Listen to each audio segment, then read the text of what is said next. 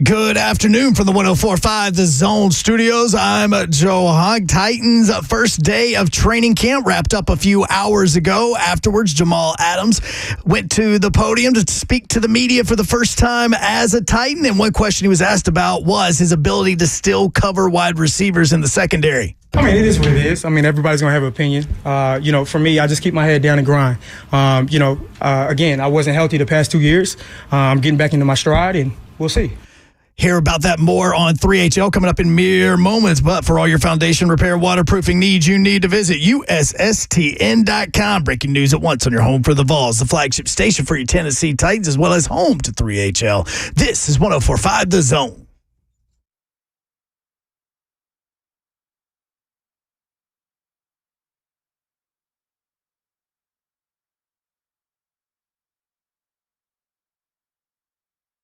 HL 104.5 The Zone. Titans hit the training camp practice field today.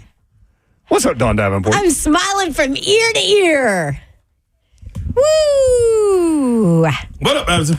Tighten up, baby. She's got her hands in the air like Superstar from Saturday Night Live. Showtime. Or like Baby Babs this morning when she got her medal at gymnastics. Oh, I forgot to go back and watch that vid. You sent it while I was on the practice field, like talking to Will Levis. Sorry. I forgot to go back and watch that. I'm going to. She did a roll, and then they presented her with her medal because, it's all about the Olympics right now and USA. Let me ask you something. How many kids involved in this thing? Oh, no, it was participation trophy. You knew where I was going. Absolutely. You knew where I was going. You're so anti-participation trophy. But in this case, it's your 4-year-old daughter. It's kind of fun because she's not very good at gymnastics. Is that what she calls it? I need to build up her confidence. And she's 4. Now, if she was 7, I'd be like, take that crap off. You did nothing. Yeah. So, that's where we are. They get in a competitive situation anyway where they'll do that. Like, that happened in travel baseball. Like, if you didn't get the first, it's like you walk past the guys that give it to you out of respect, and then it goes right in the garbage. You don't even have to say anything to your kid. Yeah. Raising them right. Well, so we've already started You're the first or last. Yes, and we've already started the I Win. We play this Candyland game, and so she's like, I win. She's love Candyland. Yes. And now they have a princess one. I know it, though. Yeah. Like now she tries to beat us to the door, and when she beats us to the door when we're about to leave, she'll say, I win. I'm like, yes, that's all that matters in life. Competition, baby. Baby Babs. We should go over to Babs' house and play Candyland. Yes, it does. You're right. You would. We can do it outside. You would be Ariel, and you would probably be Cinderella. Okay, as long as I can smoke a cigar. Yeah. Whatever makes Baby Babs happy. Play it outside, cigars, might be some drinks involved, and Candyland. I'm game. All right. Slay Dog's here. Couldn't get it out.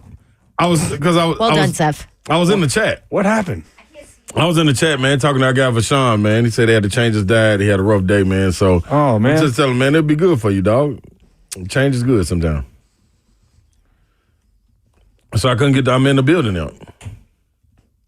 I mean, I had to change my diet when I found out I had diabetes. I was right there teetering on the edge at 3:02. Yep.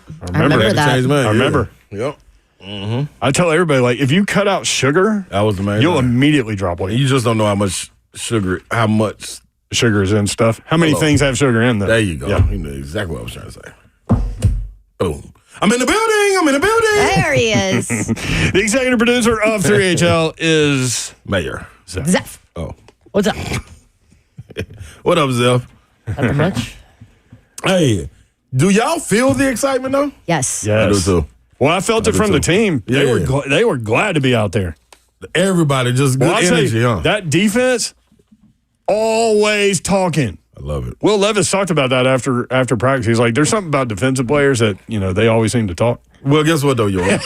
Absolutely. But you were the first one, not the first one, like you was Will Levis or somebody. You out there representing us. What was your first takeaway, right? I mean, as soon as you stepped out there. Right off the bat. Yeah, right off the bat. So this is the easy part about not being smart. Is you surround yourself, you go gravitate toward the smart people. Yeah. And so, like, I saw Ramon, I was walking with Corey Curtis, and we saw Ramon and Bert watching the offensive line. So I go over there. They're watching the defensive line do individual drills and the offensive line do individual drills. So I stand there and absorb things from him. Smart. And we watched T. Sweat. That's a good one to stand next to. And he said that T. Sweat's still in like acclimation mode in terms of getting used to the drills. Like the drills are the drills, but like at an NFL level and all those things. He's like, it'll only take him a couple days. And then afterward, T. Sweat said, I'm full go. Like no pause, no hesitation, full go. Told you that was a possibility. And that is a big man. Big old dude, huh? Big old dude. Wide or big? Not really, you know. Look like it's proportioned just for a big old guy. He looks like a grizzly bear. Maybe like a Kodiak bear. Okay. Those are big bears. It's like the darker Wait, how is brown that bear. different from a grizzly? Kodiak bears, maybe grizzlies are bigger than Kodiaks. I don't know. Let me look it up.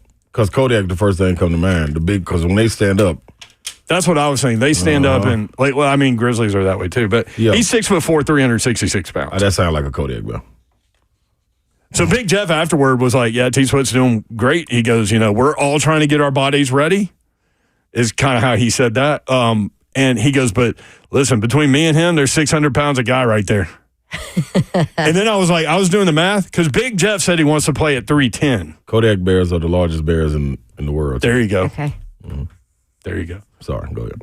No, I'm glad you clarified because glad to be right. That's similar to the grizzly in lifespan and all that. Glad to be right. That should be a T-shirt. By the way, 5 feet went on all fours. They're almost like you, Babsy, but 10 feet when they stand up. So Babs was so off at media days, like at the end of days, like she would get tired brain and like And would just be stupid. it just confused, like to the point where you couldn't explain anything to her. And so then she went on a streak of being wrong twice in a row, which is very unusual for you. And I had to according admit to it you. on top of it. I must have walked off on that time. Who's the SEC's new sponsor? Oh, yes. She was so adamant about that. I thought she was playing at first. But it was We're like, Marty Smith is talking about Southwest. And then I thought about it. We never once asked Marty Smith about Southwest. No. Did you notice that? No. And we talked to the man for 20 minutes. And I want to know how I can get sponsored by Southwest. I wanted to say that. In the moment, you were thinking about it? Yeah, and we never did it? No, because y'all kept going. You and him kept going with the father's store. Oh, y'all were all in your emotions. I was like, man, Marty's my kind of guy. I can't jump in on this and talk about an airline. Right? It's gonna sound crazy. Yeah. Why am I have some discipline? Babs ends up on an airline with somebody throwing up. Got a little weird. Southwest. So Marty. So anyway, so when we after the show, she's FaceTiming Travis, and I get in behind her, and I'm like, "Hey, Travis, what's up?" And he's like, "What's up, man?" I go, "Guess what? Babs has been wrong 2 times in a row," and he immediately, without hesitation, goes, "'Cause I'm not there." Would have been right. 615-737-1045. You were asking about takeaways. Yeah. So the next thing that I went to was Coach Mack over when they were doing team drills. And remember the last thing that Brian Callahan said when they broke in the spring was, the goal is for the guys to come back at training camp and remember everything we just did. Right? So you can hit the ground running. We don't have to reinstall things. And that's the first thing that Coach Mack said. And we'll talk with Coach Mack here in about 5 minutes. That they picked it back up immediately. And so that's a big advantage. Huge. Yeah. Also, we'll talk with Coach Mack about this. There was a combo route on the left side, the right side of Levis, his arm side. And he threw it to the middle guy breaking toward the sideline, which was NWI. And we can talk about this because somebody asked him about it after. And he was like, he layered the ball in there is what Coach Mack said. And he said last year he would have thrown a piss missile. And I asked him, I said, does that mean you're seeing growth in him? And he said, yes. Good.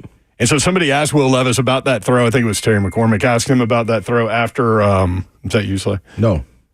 That's an iPhone ding. Yeah, that was you. No, I ain't got no iPhone. Slay, new 3H. No. That was you sending, that was my phone getting your message. Oh, yeah. That's why I said, was that you? Oh, yeah, sorry. Okay. No, I'm not sorry. So somebody asked Will, why should you be? I'm the one that left the ringer on, not you. So somebody asked Will Levis about, Terry McCormick asked Will Levis about that particular throw, and he goes, yeah, I mean, that's a throw that I've made my whole life. That's a throw that's in every offense. He goes, but you learn to throw it differently. And then once you do, it takes rep to get it right. And it was beautiful throw. Growth. Yeah. So we'll talk with Coach Mack about what he saw today at training camp, and we've got tons of audio for you again today. Will Levis, Jeffrey Simmons, Jamal Adams, Tavondre Sweat. We've got a big show lined up. 615-737-1045, always the number. Next segment, however, is Coach Mack. We'll get his take on training camp day number 1 on 3HL 1045 The Zone.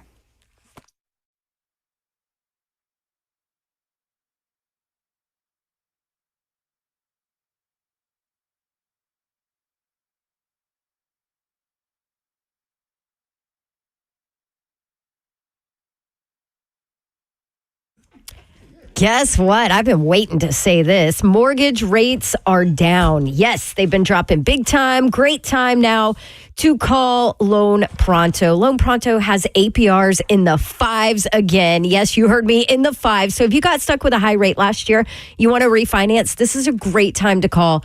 Lower your payment or use this opportunity to get cash out of your home's equity and pay off those credit cards, personal loans, car loans, and other high rate debt. Loan Pronto can help you use these lower rates to get the cash you need out in a matter of days. So you can do a full refi, or you can do an Equity Express line of credit. Homeowners who call Loan Pronto typically cut their monthly payments by about $850. Bottom line, your home value's up, mortgage rates are down. This is a great time to act. Call today for a free 30-second rate quote, and you might be able to skip your next 2 house payments. LoanPronto.com, 615-499-5780. That's LoanPronto.com, 499-5780. Equal Housing Lenders, NMLS 1661781. Subject to lender approval, NMLSConsumerAccess.org.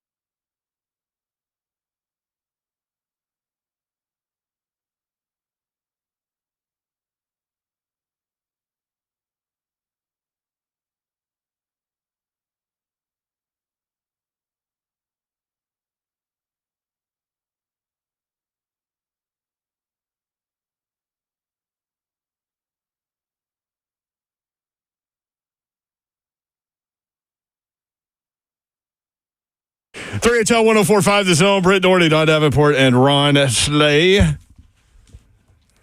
Bad Boys 4 last night? Phenomenal. Yeah, I got to give it to them. Way better than the last one. The last one was, like Babsy would say, man. Yeah. This one, they delivered. They reset it. All the way from the beginning to the end, they delivered. Shout out to Martin. I've been giving him a hard time. That's your favorite guy. I love him to death. He was the old Martin in this. Shout out to him. Nice. I just didn't get back to the normal Martin in regular life. I don't even know what that means. I don't either, but in the movies, he's Martin. In regular life, when I see him, he ain't Martin. You know, in regular life, Coach Mack is Coach Mack. Coach Mack's energy is off the charts. Presented by Two Rivers Ford. So they opened the show with, so I explained, they were asking me what I learned today, Coach Mack. And I said, as a dumb person, I'm smart enough to know to go where the smart people are. And so I went over to Coach Mack. First of all, you're not a dumb person. Second of all, we had a very good conversation today. I'm glad you came over there. You and I and Pete Prisco, who's been covering the league for 34 years. I mean, he came in here to sit down with the head coach and also to talk with the quarterback.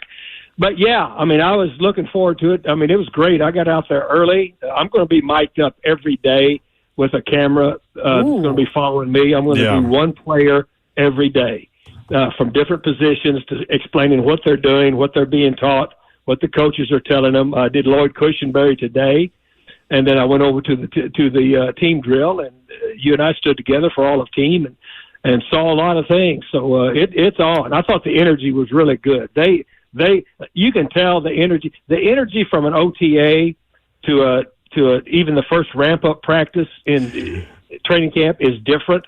It'll be different once the pads come on. It'll be different when the preseason games start. It'll be different when Seattle comes in here. You need to get ready for ramp ups because the energy is going to elevate as we continue to go. Today, I thought that they started out really fast. They were smart today. They took everything vertical out of the passing game today because you don't want to be snapping any hamstrings the first day out there from your DBs and your wide receivers. But the total energy that they were doing today, I mean, it's just different because it's always for real in the National Football League, but now it is real. Bless you. I saw Slay back away from the mic. Slay is like a very strong sneezer. So I saw it coming, and I know when I see it coming to look at Babs because Babs literally jumps out of her seat every time he does that. Speaking of OTAs. You all right? Speaking of OTAs. Slay or Dawn? Well, should ask if all, I'm Dawn, okay. I'm always concerned about you with those two goofaloops in the room. I know, right? He said that today on the sideline. Exactly. So, speaking of OTAs going to training camp, that's one thing Arden Key kept yelling. Anytime the defense Mike made a play, this ain't OTAs anymore. I mean, well, you know what? He's right. The other thing about it's so funny. The audio part of camp, this defense is really a loud defense. It's a loud defense. All the defenses I've ever been around in my life, and I've been with some really good ones, were ones that were loud, that talk. They talk. I mean, communication on defense is huge. For a lot of different reasons, because you are adjusting and reacting to what's happening on the other side of the football. It's extremely important to communicate with one another. And I know that Denard and all of his coaches emphasize this from day one. If you're not talking, you're not going to play on this defense. I'm just telling you. And I'm talking about things that are relevant. Now, Arden Key chirping from the sideline, you're never going to stop that. Oh, my gosh. It's pure comedy. It's like Zanies. I love it. So let's start here. Today, a chance to get back on the field, get reacclimated, see how much retention there was from the spring, correct? No, that's absolutely right. And as a coaching staff, that's what you want. Because when you install, they went through their first initial installation all through OTAs. And so what you want when you come back, you want to refresh, but you don't want to have to back up and start all over again. And you could tell immediately once they came out, and again, I spent all my time in the preseason with the offensive line. They came out there to those drills, and it was bam. It was like they had just left yesterday. I mean, they came right back out there, bam. The thing that impressed me the most, and I said this when I was mic'd up doing the Cushenberry thing. When they first started with Olga and Bertha and all of the intricate details that go into the teaching that Bill Callahan does, Olga and Bertha, when they first started out on that, Olga and Bertha kicked their ass. I mean, I'll just say that. I mean, kicked their ass. And without a doubt, they were all like, what in the hell is this thing? Or these things? We can't, how can we, today, they were moving those things up and down the field. And to me, that's a huge thing, because, I mean, of course, I was with them the whole time, so I could visibly see that. And I told Coach Cal, I said, look, that's what you look for as a coach. You look for retention, you look for improvement, and you look for carryover, because that's vital. It was funny. Prisco asked, he was like, where's Bertha and Olga? And we were like, right over there. They were off in the distance all by themselves. Like, nobody was over there with them. Chilling, roaming. But it's funny. Like, National guy wanted to know where Olga and Bertha were. Yeah, well, I mean, it's a pretty unique thing, and I mean, it incorporates. Those are really brilliant designs, and he said years to be able to get it, exactly like he wanted it. But you can see, I mean, just the relevance that it is to it. I brought Brad Hoppy came over and stood with me for a while today while I was doing that, and I said, I have not seen one drill during this whole OTAs in individual that does not pertain to something that they're going to have to perform during a ball game. And he said, that's when you know you're getting quality coaching. Awesome. Okay, so you were mic'd up, watched Cushenberry today. Hit us on the difference that he is going to make, even just in camp, taking over that center position. Yeah, and here, I'll give you a little preview of what you're going to hear on it, because here's what I said, and I mean this. The center for the offensive line is really, if you could just visualize, is like the hub and is of all the spokes of a wheel. Everything emanates from what he does. Everything. He's attached to all four, two on each side, and especially he is the center of that guard, center guard triangle. That's huge. And it initially starts with communication, with the quarterback and communication pre-snap as to what is going on, because a lot of times the blocking scheme, the protection that you come out of the huddle with, that's not what you're going to be able to establish once the ball is snapped, just because of how many different ways the defense is trying to maneuver around and try to trick you into what is going on. So this is the communication. This is the guy.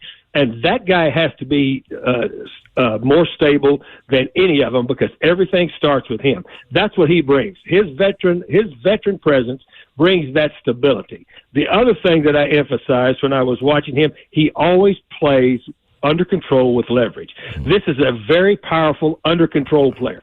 There's a difference. There's a difference between being somebody that is a bull in a china closet and is just, throwing his horns everywhere, that is hoping to hit something at one time or another randomly. This guy is always under control, but his leverage that he plays with is, and you can tell that as from a rookie on, he has learned the leverage game at the center position. So having that veteran presence, not only to be able to communicate, but to be a stabilizing force as the hub of that wheel is huge. Yeah. That's why Rand Carthon went after him first. Coach Mack, what did you see when you're talking about a guy like Jamal Adams? I hear a lot, and on social media, on other shows, you could really hear the leadership coming out in him. No, look. When I first came into this league with the Bears, they had two safeties that were just devastators. Dave Durson, God rest his soul, and then Todd Bell. Everybody remembers who Todd Bell was from Ohio State. Ohio State, yeah. Yeah, these two guys were devastating safeties, and they had a presence back there. And then we had Mark Carrier later on, but they were a presence back there in the back end. You could just tell when he's out there, and it immediately. Again, not that I know everything, but I do know this defense. I knew exactly, when they signed him to a contract, and I talked to Rand today about it. That they have some things in mind for him, and you could see him immediately when he went out there. That they were putting him in some of those overhang positions, some of those drop down positions, some of those positions where he's in too deep and then rocking and rolling down to the line of scrimmage. But the guy's got a presence about him because when he was brand new, this guy was the number one pick and a productive guy for a reason. Now, he's had injuries the last couple of years, but you can tell that that's a veteran presence just when he comes out on the field. Because when number 33, I looked immediately, I went, okay, that's a dude. Yeah. That's exactly what you said to me when he came on the field. Oh, yeah. That's a dude right there. Yeah, if you know what you're looking at, that's a dude.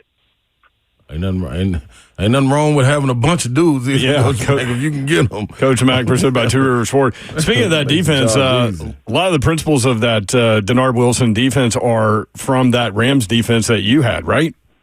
Well, yeah, it took us 5 years to put this thing together, and you can see a lot of it. And Denard and Frank Bush and Stevie J, and they've all, they all contributed to this thing. And then, of course, Denard was then with the Jets, and he was also with Baltimore, so he's added his touches to it. But, yeah, the first thing you're going to see, you heard Pete Prisco say that today, Brent, when we're standing there. He said, Mac, I can see all of you guys, you could start with you, with Buddy Ryan, with you, with Jeff Fisher, Greg Williams. It's always been an aggressive defense because, you can see it on this too. This is going to be an aggressive group. I promise you. I know the DNA of what they teach. Coach Mac with us on 3HL. What did you see from Devondre Sweat, 6'4", 366? He said he's a full go. But he's a full-grown man. Yeah. Coach Mac, sound like you took your time before you got ready to say that. No, it's just, look. You know when you see Joe Green, tell me, Mac, let's find bears walk on two legs. That's so funny. We called him a Kodiak bear in the first segment. Well, he is. Look, there's not many humans like that on the planet. They're just not. Yeah. He can move his feet. This guy was a 3-down player at Texas. He is going once he works into his NFL body and his NFL conditioning, whatever, they all go through that phase. But you can't manufacture what he's got, what he's God given. Mm-hmm. Anybody that's that large that can move like that, look, you immediately have got a great shade technique that is a companion to a 320-pound three technique. That's all you need to know. So you talk about the NFL body, the NFL shape. How can you tell how far away is he from that? How close is he to that? What's it going to take for him to be able to be in that NFL body mode? He's got to continue to work. Those big men that come into this league, very few of them come in. Any player, I don't care, big or small, they don't understand what an NFL body and NFL shape is until they come into and start going through it. You go. It takes a year sometimes for them to go through it and understand. The off-season work that it takes. What they have to do. You see it all the time. Guys coming back in their second year. How much they've reshaped their bodies. How they. Traylon Burks. Perfect example. Yes. Well, there you go. I can go through litany of players that I've been with, but they learn and they understand it. Now, some of them are blessed earlier than others, because all of us, when we stepped up to the line, we're given different gifts at different times in different quantities. But when you got a guy this big like this, the first thing that he will work on, and I'm sure, they hired a lot of smart people in this strength and conditioning program. They understand, what he needs, but he can play the way he's doing right now. But as he forms into what it is in the National Football League, he'll be an even better player. But you're not inventing. It's hard to bring somebody in and then manufacture them into a 360-pound dude that can move her feet. That's God-given. Yeah. Now you start working on the other things. See, Don just happens. Who's Don? Babs just happens to mention Traylon Burks' name in passing, and the jersey comes on.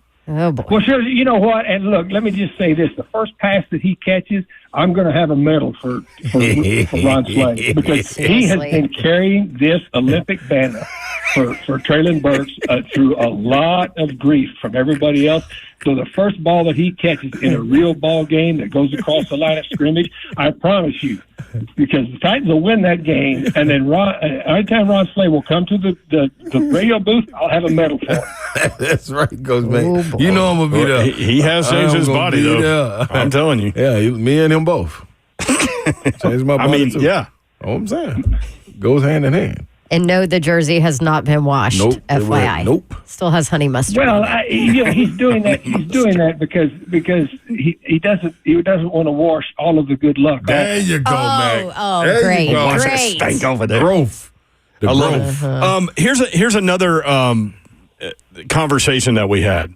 So there were multiple receivers on a route to Levis's right, his throwing hand, and he layered a ball in, I believe is the term he used, into NWI. He was asked about it after practice, so we can talk about it. But you said last year you think he would have thrown a piss missile there, and I asked you, does that illustrate some growth? And you said yes. Well, let's break it down. There's zone coverage over there. There's a man under, man over the top. So, it was a combination route. It was to his right side, to our left side. We're standing right there where the route happened. And early on in the iteration of him, his natural instinct, because of the hose that he's got attached to his shoulder, it would have been to throw a piss missile. Just try to piss missile it in there and try to throw it by everybody's ear. Today, initially, the first thing I noticed about him, and again, I'm not a quarterback guru, but I've seen a few, is the fact that his feet are a lot quieter than they have been. So that's key. Important. He's been working on that. huge. Yeah. Well, you could tell. I mean, his feet are a lot quieter because if as a defensive coach, when you're watching tape, you got a quarterback with frantic feet. We can get to that dude. Okay, and we can cause some things to happen because just when they have frantic feet, then everything else is out of sync. His feet were a lot quieter today, so that bottom was in tune with the top. But he layered the throw right over the top of the underneath defender, right in front of the other one, and put it at a spot as to where NWI could toe tap it. And and that was an NFL throw. That was an NFL layered throw. And it's hard for these guys, and they all learn. I was coaching when Brett Favre first came in the league. All he threw when he first came in the league was piss missiles, and he would drive, their coaches nuts, doing it. But once he learned to layer that thing with that gift of that kind of arm, but that was one of those, and you and I both looked at each other and went, that's a different type of throw, and that's what you got to learn. I told Coach Mack on the sideline, I said, every time you say piss missile on the show, Dawn laughs. I love it. I don't know if you just heard her laugh when you said it right there. It's my favorite Mac saying. You know what, though, Dawn, really seriously, it's pretty descriptive. It is. No, it's very. I mean, everybody knows exactly what you're talking about. Yeah, he almost killed Dr. Gibby with one where he looked off to the right and then came back. And I mean, now see that was a legitimate piss missile because that was the second throw, that was the second look, it was the second read, and it was from the right clear back to his left side, so he knew the defense would be closing, and I mean that thing was humming. Dr. Gibby got his hand in it. Oh man, Coach Mack presented by Two Rivers Ford. Slay Dog. Coach Mack, real quick before you get out of here, give me, you got your coach's hat on. Give me your overall breakdown of your overall grade of today's first day back out there, coming from the spring. I don't give out grades. No. Okay. Well, I don't want you to give me a grade. Overall assessment. There you go. Okay, that's a better. Thanks, Don. I thought that they were ready when they came back. They have been. You can tell that they had some carryover to what they just left. They came back ready to practice for the regular season. That was important to me because there was no. It didn't take them long to ramp up. They got out there and got to work. I thought the intensity and the level of energy at the practice, which is what I always looked for when I was coaching the first time out, it was really, really good. I mean, I liked it a lot. That's all I was looking for. There he is. He's Coach Mack. He's Coach Mack, man, appreciate the visit. It was fun watching practice with you today. These two will be out there tomorrow and have some fun. Yeah, well, I'll be mic'd up for somebody else, and I can't wait to see you other two guys out there. Hey, I enjoyed it today, Brent. That was a lot of fun. Ron, that was a lot better explanation than grade, right? Yes, I can't wait to whisper on that mic. Okay, You gonna have tomorrow. Here's what you do. Look across the room and tell Don thank you. Thank you, baby. See you, Coach. See ya. All right, there he is, See you, Coach Coach Mack. Mack. Note to self. Yes. Behave myself when talking to Coach Mack Better. tomorrow. Yeah, I know. Like, he didn't tell me he was mic'd up for like 10 minutes, but evidently he'd already taken it off. So there was that. But I'm like, you got to let people know, man. Speaking of Will Levis, we'll talk about tweaking his footwork and his technique. And you'll hear from QB1 about that when we come back. Also, where is he in terms of learning this new offense? That's next. 3HL 1045 The Zone.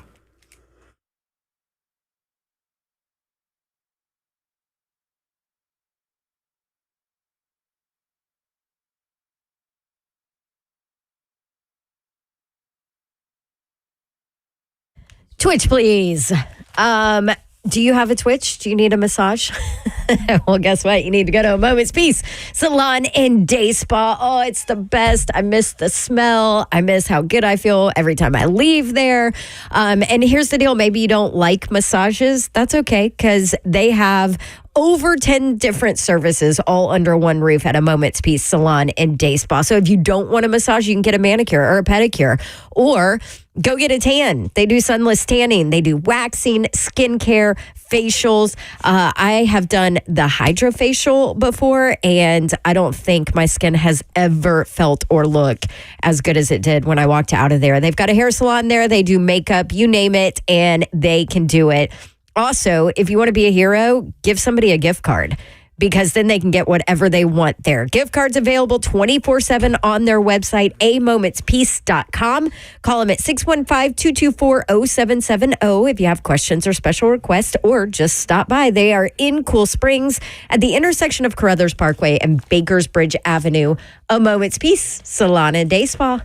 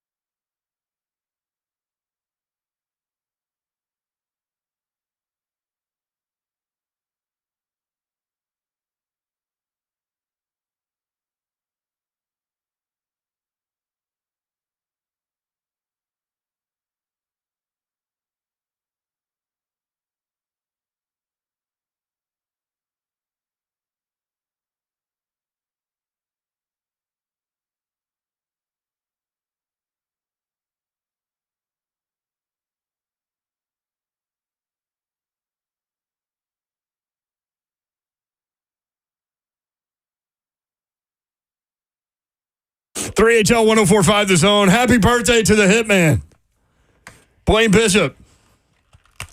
I found out it was his birthday after he left the room, and I had a conversation with him. It's a tough break for me. So you didn't tell him? I'm telling him now. And I texted him, and I'll tweet it. Will that make up for it? Yes. Well, I guess so. Especially when you said happy birthday to him right in front of me. I did. You just ignored it. I just couldn't comprehend But it you was talking at that point. while we were talking. I was talking while you were talking? And you heard it. Oh, yeah. Well, anyway, happy birthday, Hitman. 615-737-1045. You want in at 3HL 1045. Man, y'all have got to hear. Can we do this first? Who? Deshaun Foster, UCLA. Oh, man. Oh my gosh. I don't think I can listen to it again. It makes me. I want to hug him. Yeah. Man, he was a hell of a player. He's the UCLA head coach, and he went to media days today, and this was his very awkward opening statement. Coach Foster, welcome to the Big Ten. We'll begin with your opening statement. How you guys doing? I'm happy to be here. Glad to be a part of this great conference. Finally putting two great emblems together, UCLA and the Big Ten. We're a school that's won, 123 championships, so this fits us being right in this conference. Football-wise, we're just excited. You know, I'm sure you guys don't know too much about UCLA, but our football program, but we're in LA.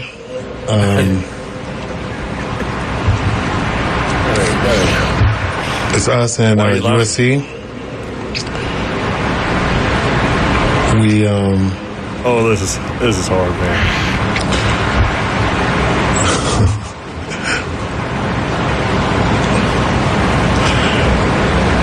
I'm just basically excited, really. That's it. Any questions? In a second. I'm gonna be real. You knew it when he gave that little laugh. That He's little so laugh is, nervous. oh my gosh. I'd be beyond nervous. And he probably had so much in his head that he wanted to say. Yeah. Man, them lights get. Drink it out of a fire hose. Woo! You got to bullet point that beat. Hey, man. I'm going to tell you what. There's a lot of coaches that go up there that are not veterans and experienced in it, and being able to go down to SEC and see it, it's no shame in pulling out a piece of paper. No. A lot of those guys don't mind like doing the radio stuff and the SEC network and stuff like that. But like standing That up there at the stage? podium, a lot of those guys do not like that. Dude, there's a lot of eyes on you, and it is drop a And it's a pin quiet. massive Huge room. room. And there's an echo always. Yeah. Doesn't matter where you are. There's that echo. That's kind of what spurned him on, I think, because I heard the reverb echo. and Yeah. the echo, and then that's when it changed on him because I think he heard it. That's tough, man. Oh my God. Well, I thought in spot. the beginning that he was kind of joking, as did far too. as, hey, we're in Yeah. California. Yeah, but that's- we're in LA. LA. That's just in something. I thought it was kind of a joke That's at searching. first, and maybe it was meant to be a joke. Like, No, I don't hey, think here it was. we're here now, but God, That's tough. That's a tough one right there, man. That's a tough So one. he went on to say, "I'm not a rah-rah guy. You don't get points for being a rah-rah guy." If that's the case, you should have just got up there and told them folks, listen, y'all, I'm going to be honest, y'all can go and start the question, but we had to play some ball. I'm a ball Or- coach. I'm a Just- ball coach. Yeah. Here we go. hey, Let's get it on. excited to be here. Let's go. I'll take your bring questions. it. Like So a lot of those guys like to filibuster with their opening statement so they get fewer questions. I think for Yeah. Deshaun Foster, he should have just passed on would've the been better opening with statement Q&A. and just be like, "Hey man, what y'all got? Which I'm here to some coach do. ball." yeah, that's Yeah. understandable. Yeah. Didn't Kiffin do that a year ago or a couple years ago? I can't remember, but It was. Some- it was 2 no. years ago. Wasn't it 2 years? I mean, I think it was Leach. Was it Leach? Maybe. I think 1 year Leach took his entire time just BSing, and then then the I next think year he came the back and next was year he just- was like, "What you got?" Yeah. Yeah. Okay. Oh I'm with you. God, Well, I Leach- can't. That's tough, I can't man. hear that again. Nah, though. yeah, It that's makes me tough. cringe because I just Yeah. want to hug him. Yeah, that was a Leach tough one year, remember, so Leach had the Tennessee job. John Curry went out there, offered him the job, had the job. John Curry gets on the plane to come back to Knoxville, and while he's on the plane, John Curry gets fired. Yep. So Leach is not the coach. Ooh. So then someone the next year at Media Days asked Leach about that, and he went on like an 8-minute guy. Yeah, an 8-minute story about how that all went down. And it was fascinating. So, yeah, that was painful. We debated playing that or not, but like that was so bad that like we were on our chat feed. I forget who found it. Was that you, Babs? No, I think it was Sage that sent it to us originally. Greg Sage from Belmont sent it. That's right. SID over Belmont. Because all of us were like, this can't be And real. we were like, we sent it to Zeph because Zeph's really good with, finding things on the internet. Yeah. And like, is this real? Because you're starting to see all these AI press conference things that are completely not real. And you have to be careful. Yeah. Nope, that was real. God bless him. And UCLA and we're in LA. Y'all don't know us, but I'm like, everybody knows UCLA. Everybody. And then he mentioned USC too, which he probably shouldn't have done. Yeah, that's a rival. So talking about filibustering, at SEC Media Days. I looked up a couple last year. Eli Drinkwitz talked for 11 minutes and 11 seconds. That's right. Before questions. In 2019, Jeremy Pruitt, out of his 30 minutes, talked for 21 minutes straight. Oh, God. Out of his 30 minute, he talked for 21 minutes straight. Well, we can't fill our britches, but... He only answered 8 questions. Listen, I'm just here to coach ball. Yeah. Man, that guy. Where is he, on Savage, Alabama again? Like where everybody else goes? No, not anymore. He's not in college. I think he might be a high school. I think he's a high school coach. He is a high school coach. That's right. He's a liability now. Yeah, he's a high school coach. That's right. Yeah. Oh, yeah, the whole University of Tennessee thing. I forgot about that. Chick-fil-A bags or McDonald's bags, whatever it was. Yeah. That's right. All right, Will Levis. So Coach Mack was talking about his feet being quiet. Yes. So this has been a talking point from the head coach and him getting his lower half set. And this is what he had to say about his tweaking his footwork and technique. Yeah, I think being a little calmer, not as dramatic with some of the things I'm doing with my footwork, especially on the plant foot, and then once I get to the top of my drop, my base. I know I've talked about that a lot, but I feel really good where I'm at with that. I feel like at the top of my drops and through my hitches, I'm able to keep myself in a more consistent position to deliver the ball, and just got to keep working on making it more consistent. So does quieter lower half lead to less of a shoulder shimmy from nervous quarterbacks that you were talking about yesterday that led us to the amoeba pocket? I mean, I don't see why I wouldn't. I think when you get your feet are able to get set quicker and you're not, you know what I'm saying? Like it's more of a pity pat. It's the same thing like when you're chopping your steps. Are you ready to get your in basketball when you're ready to get your shot off, instead of taking a gallop step or 1-2, you already have one set and you just bring that other one into like a natural step. So I think I would imagine that's a good analogy. That's similar to being able to pass the ball with your feet are set. You got a base. I like that. I can see that. You're welcome. I didn't say thank you. Thank you. I do like it, though. That's good. Good job, Slay Dog. All right, when we come back, more from Will Levis and Big Jeff next, 3HL. If you want in, 615-737-1045.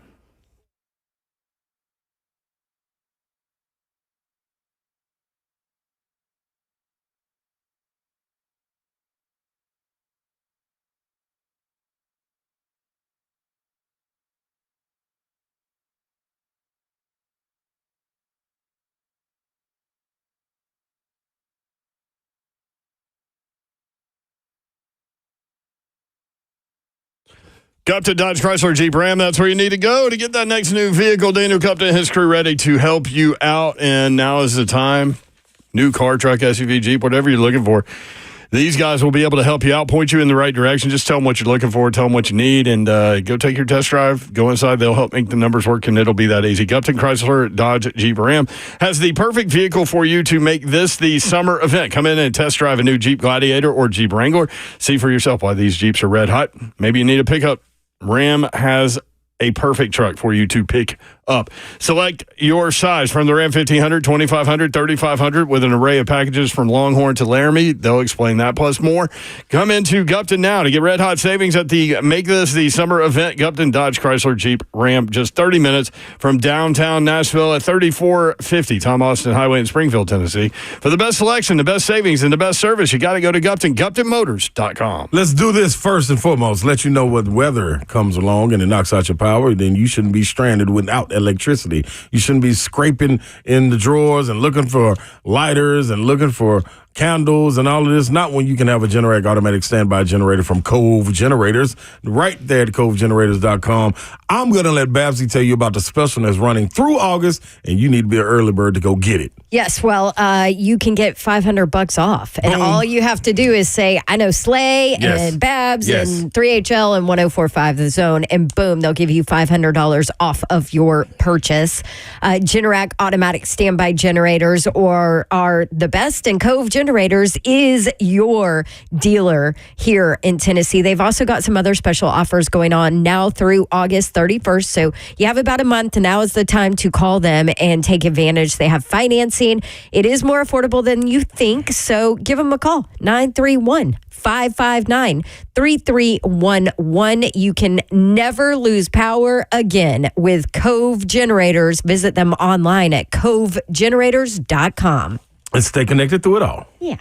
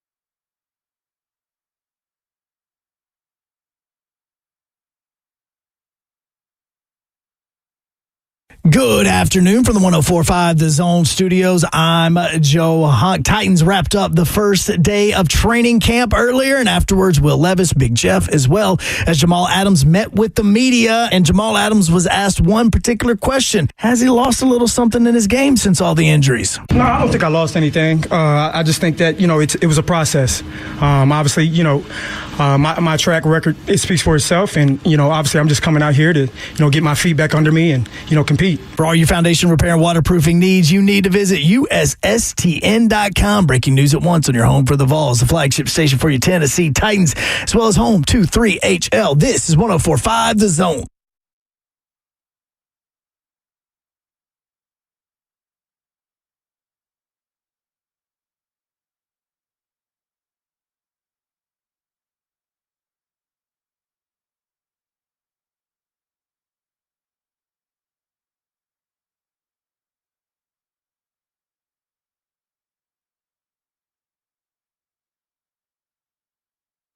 John 104.5 The Zone. Brent Doherty, Dawn Davenport. She's here. Look at her. Go. There she is.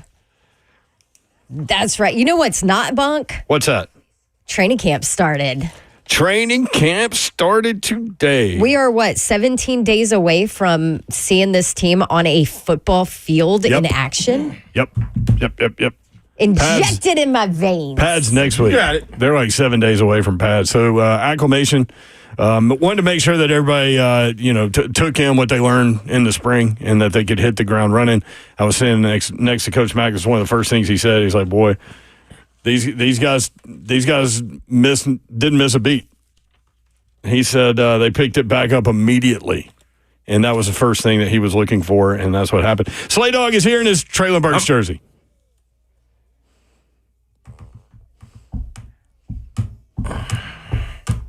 I ain't got no roof. Did I lead into that little mishap there? I don't know. I think Zach was just quick on the button. I kept talking, though. Yeah. I'm in the building. I'm just locked in today. Yeah, you are. Whoa, Zeph. Zeph's in training camp mode. Yeah, I like it, Zeph. You ready to go, brother? Tighten it up, Zeph. Levis made a beautiful touch pass on an out route to NWI we were talking about earlier that Coach Matt called a layered throw. And he said last year it would have been a piss missile. Mm-hmm. And so he said that shows development in game. And, Will Levis talked about it after. He was like, that was a tough situation last year. He didn't say tough situation. He said it was a challenge being thrown into the NFL, having not had these meaningful reps in the offseason. Learning everything on the fly. And then when you learn it on the fly, it's not much protection right there. He said he was very uncomfortable at this point last year. You think? you think I would have been uncomfortable too seeing the starter running for his life? and he knows what he's doing. Yeah, he'd been there. He'd been there doing Look at this guy over here. Like, wait a minute. He knows exactly where to go with the ball, and he can't do it. Did y'all see that? Did I send y'all that thing about Dillard? That article on Dillard? You didn't send it, no. Yeah, they said it's going to be tough for him to make the 53-man roster out there in Green Bay. Oh, really? I'm shocked. First practice, on 4 attempts, he got blown by 3 times. Sack. Listen, that's probably better than his numbers were here. He would have been 4 for 4 here. He's getting better. Tough, man. Let me send that to y'all, man. You want us to read that Dillard I'm not thing? even commenting. It's I'm going to be nice man. today. No, I ain't. You're going to be nice today. No, I'm not. It's okay. It's okay. 615-737-1045. You want to talk about the Titans? Titans training camp started today. Y'all will be out there tomorrow. I was out there today. Will Levis, Zeph, cut number 3, talking about where he is in terms of learning this new offense. Yeah, I feel great. I mean, I feel like I definitely have a really good handle on it, and I'm able to help guys in and outside of the building with questions that they have. It's always a process. There's never going to be a mastery, and every single time you go through this, it's like our 4th or 5th time going through this. It's having the diligence to take down the same notes for the 4th or 5th time, but then try to find those few things that you might not have caught on that first time around that you can add to the arsenal. And maybe you might have had 1 or 2 thoughts on a certain play, and maybe those thoughts you don't even have to think about now. So now it's a couple more thoughts that you can kind of add into that to make you make those more intricate and important decisions in those certain situations. Like that. You know why? Why? Because it's like watching a good movie. You know what I'm saying? Like a classic movie that you continue to watch over and over. Like The Godfather. Yeah, you find something new every single time because you got to start getting into the details of it. And that's what, but in order to get into the details of something, you got to like what you're doing. He's liking what he's learning, you know what I'm saying? Which makes him go out in there and play. You play with a different kind of pep in your step. You want to get better. You want to find the details in it. And then you're going to start looking for little things like the things that Tyler Boyd was mentioning. That's what he's going to be able to mention to the guys. I like. That sound good to me. I will say this, like it's noticeably different watching him out there in terms of body language while he's taking the snap in the pocket, delivering the throw. There's just an added confidence level to him. Yeah. Now, I remember seeing him last year. I can't wait to see him tomorrow in person. But I remember the first time seeing him last year, I was like, golly, he's got a rocket of an arm. But after hearing the way you talked about him with the pass on the sideline, his command, his feet being softer instead of plodding in a sense. Like that's some growth, man. That's some growth. I'm with this. So we were talking about, let's do this one first, cut number 5, how he's embracing this new leadership role, the leadership element to that job, QB1.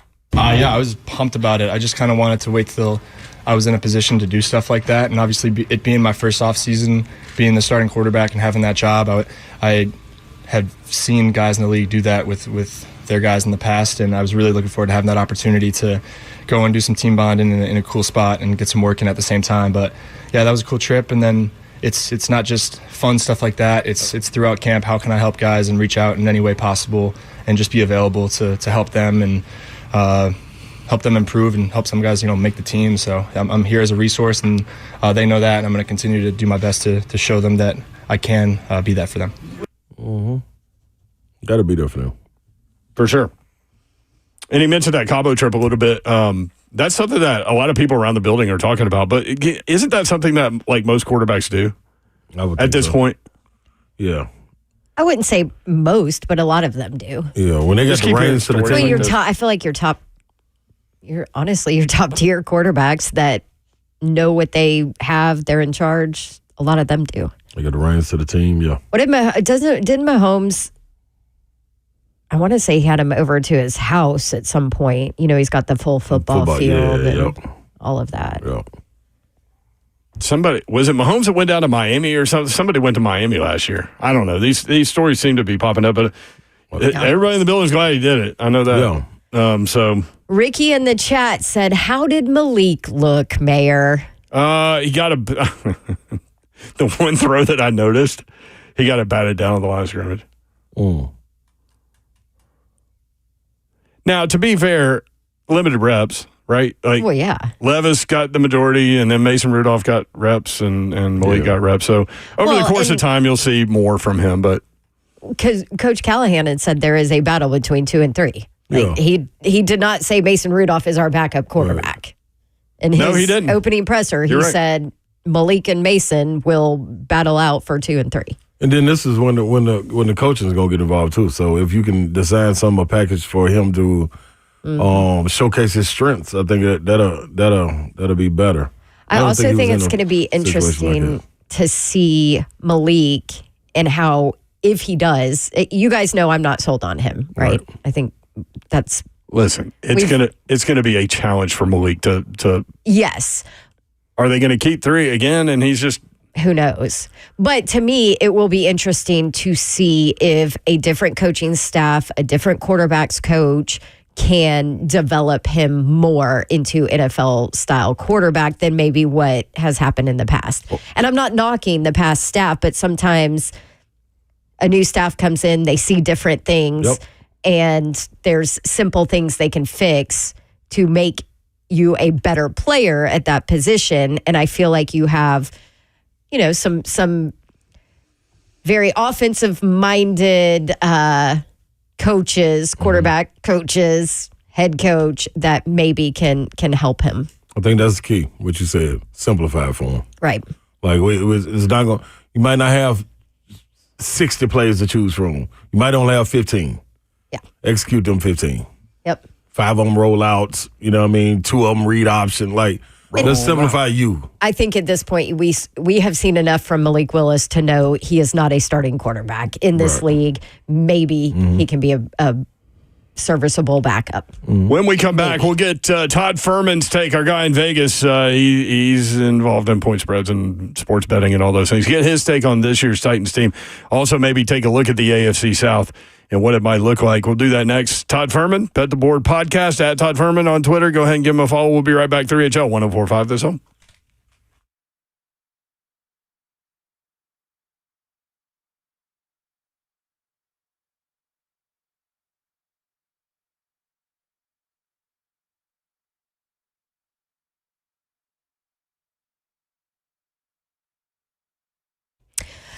All right, we know summer is coming to an end here, and maybe you did not make your home the place for calm with Artisan Custom Closets. That's okay, you still have time.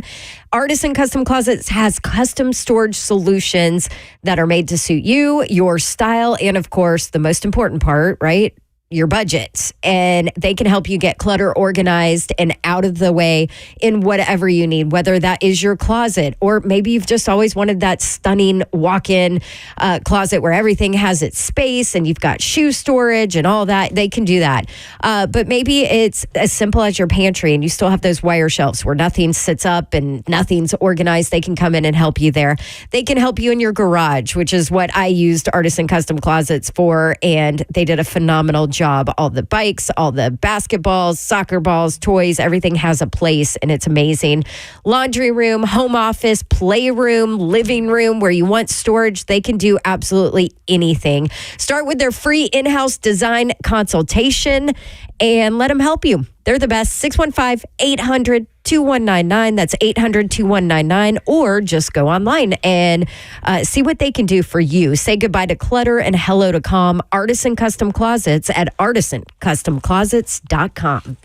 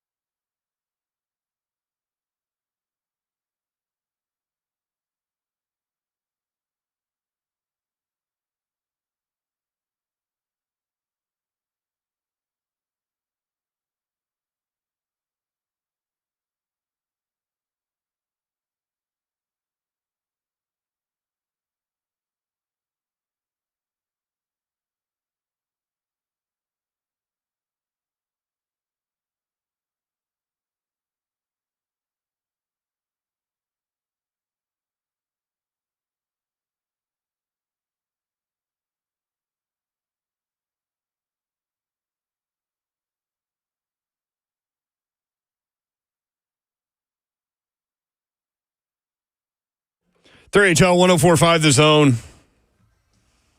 Brent Doherty, Don Davenport, and Ron Slay. Slay Dog's in his Traylon Burks jersey. I am in this Traylon Burks jersey because I like it. I love it. I want some more of it. He has changed his body. We both have. Both brought sexy back. His comes with touchdowns. Mine comes with bourbon and cigars. It's just a little different, but it's all in the same. It's all in the same game. One is like an action process and the other not so much. One is like a reward. Well, both are rewards. Todd Fuhrman joins us now from Las Vegas. Todd, what's up? How are you? Todd, have you changed your body? I'm doing well. It's good to talk to you guys. I feel like I've missed you over the last couple of weeks. I go on vacation. You guys blow me off last week in favor of SEC Media Day. So you're lucky I am extremely gracious and understanding given the long-standing nature of this relationship. I do love how you texted, like you waited for the spot to be way gone before you texted. Yeah, I mean, I figured I'd give you about 6 hours. I mean, I figured 6 hours was more apropos than 6 minutes. It's not like the academic rule that based on the level of education your professor has, if they're not there after the bell rings, you give them 5 minutes. I give you guys a lot more in the way of courtesy. You waited till the show was over so you didn't have to come on. I mean, that's what happens. It doesn't matter. It's not like the invoice still won't be submitted because I stood on my phone anxiously awaiting the phone call. So yeah. I'm collecting my revenue based on hazard pay. So I think we're headed to Vegas at some point, and we're staying at a ridiculous hotel. I mean, are you going to be more forthcoming with some of those details, or are we keeping these? Yeah, you just left Vegas it so out you guys there. can blow me off for yet another trip out to Las Vegas like you did during Super Bowl as well. I think this is in August, and I think it's at Circa. Mm-hmm. All right. Well, are you guys coming out for the contest weekend that they're putting together with their de facto Radio Row of sorts? Like 21st through the 24th or something? Yep, I think that's about right. Slate, you going to be able to handle this 117-degree desert heat? Have you gotten yourself in shape for all that to be out there at Stadium Swim? As long as my arms, my hands work, my shoulders, the drink can keep flowing, I'm all good. Well, I mean, that's good because we can set a definitive time and date for you to get out there and run this 40-yard dash before it gets real hot. I figure about 6 a.m. on the tail end of, I don't know, a 24, 48, or 72-hour married man bender, we can see exactly what kind of foot speed you can put forth on Las Vegas Boulevard. See, Todd Fox, you always try to mix different events, man. Like, I'm coming out there for work, man, and a little relaxation. You trying to get athletic stuff going. That ain't, listen, man. This is so much of I thought you were all business all the time, but apparently I have you confused with another former SEC Player of the Year. Listen, man, this is soft tissue injury season. We're going to stay away from that stuff. I think at this point in all of our lives, it's always soft tissue injury time, and that includes getting out of bed in the morning and walking downstairs. Fair enough. So, Billy Napier, odds-on favorite to be fired first. What do you think about that? Do you get into betting that? He's a short shot at a couple of books, and I think you can understand why, as Florida looks extremely hard-pressed to get to bowl eligibility, given the schedule they have in front of them. You look at the grind that they'll go through during the month of November in and of itself, arguably the most difficult stretch that any college football team has ever been forced to deal with, and I think it's a sign of the times. When you look at how these conferences are being structured, the SEC and Big Ten, in those years where it becomes the perfect storm, I mean, coaches are going to have to deal with a ton of adversity. But he's not the only one with a relatively short number. You guys look in your backyard, Clark Lee's numbers in the single digits at a couple of prominent offshore books as well. And some familiar names, Sam Pittman, Mario Cristobal, and Dave Aranda in there as well. The name that does surprise me is Cristobal having such a short number. Given everything they've invested in the program and the way they've recruited, there's no doubt Miami sees this year as an ACC championship or bust type campaign. But Cristobal would have to go 2-10 and have this thing completely implode, in my opinion, for them to give him the proverbial pink slip and send him on his merry way. Ooh. I was surprised by Venables being on that list.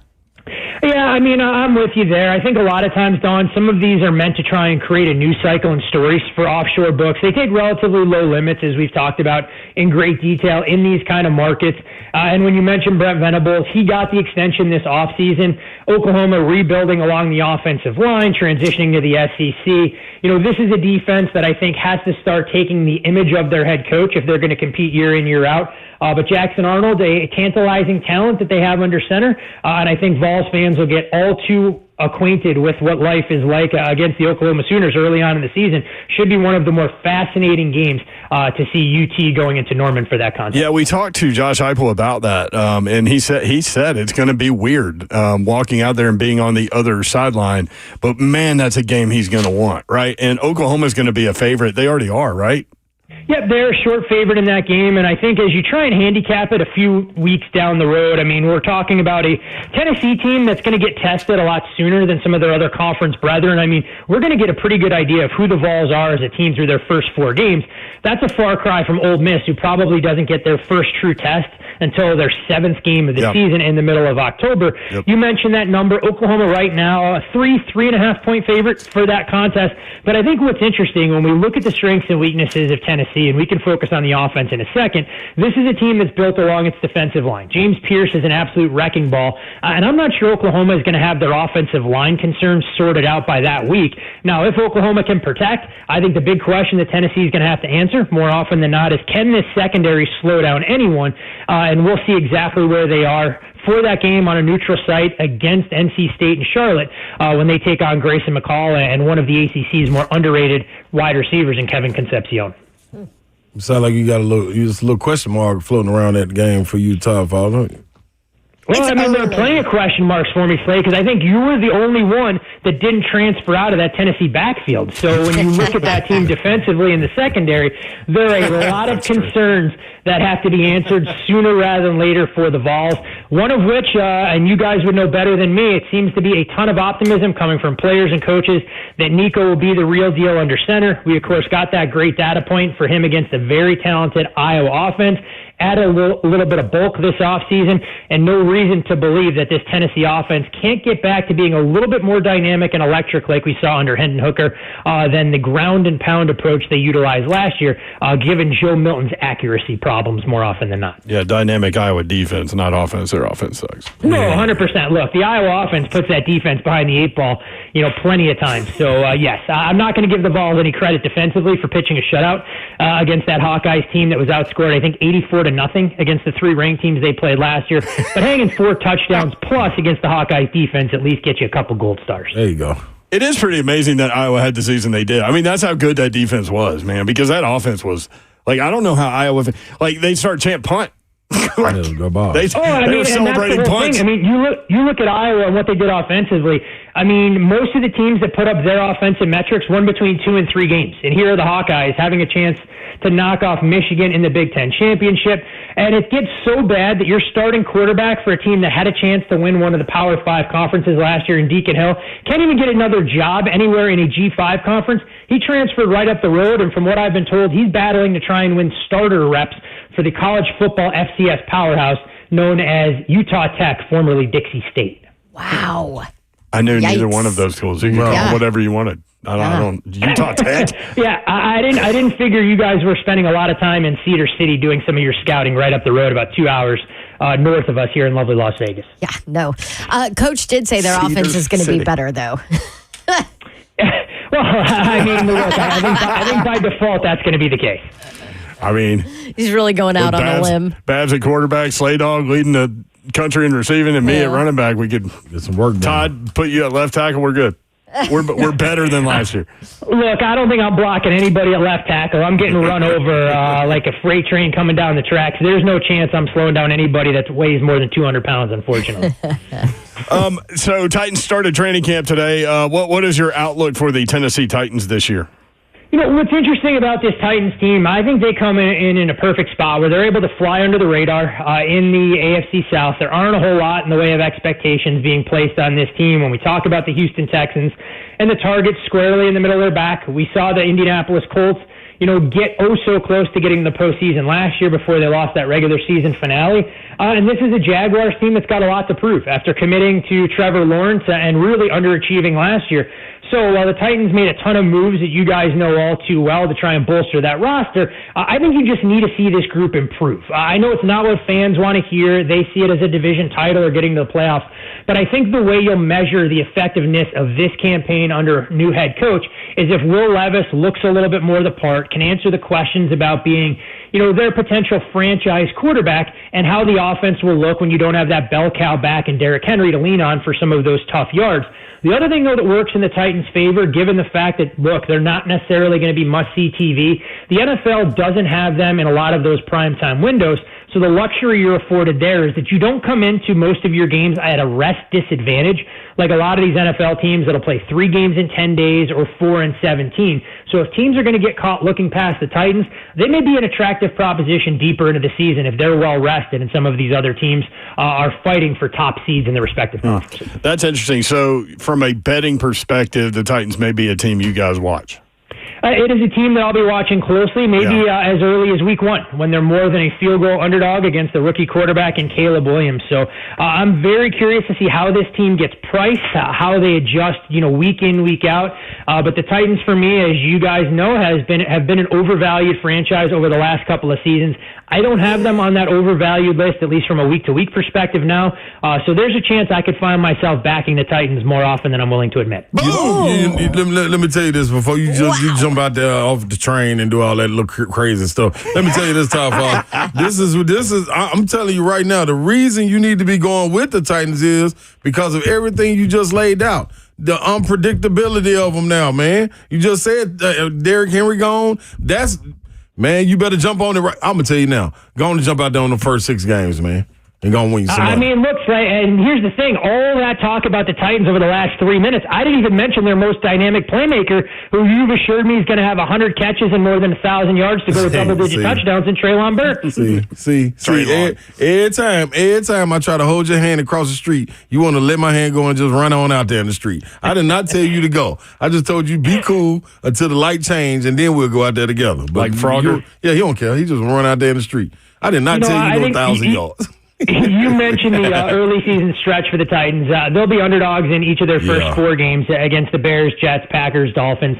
It's a stretch where they're going to be dogs more often than not. The one thing I wonder about is if it's going to be a good thing or a bad thing for this team to have such an early bye coming in week 5. Maybe it gives them an opportunity to reset if there are things that are working or there are things that need to be adjusted before the schedule gets to be a little bit more difficult.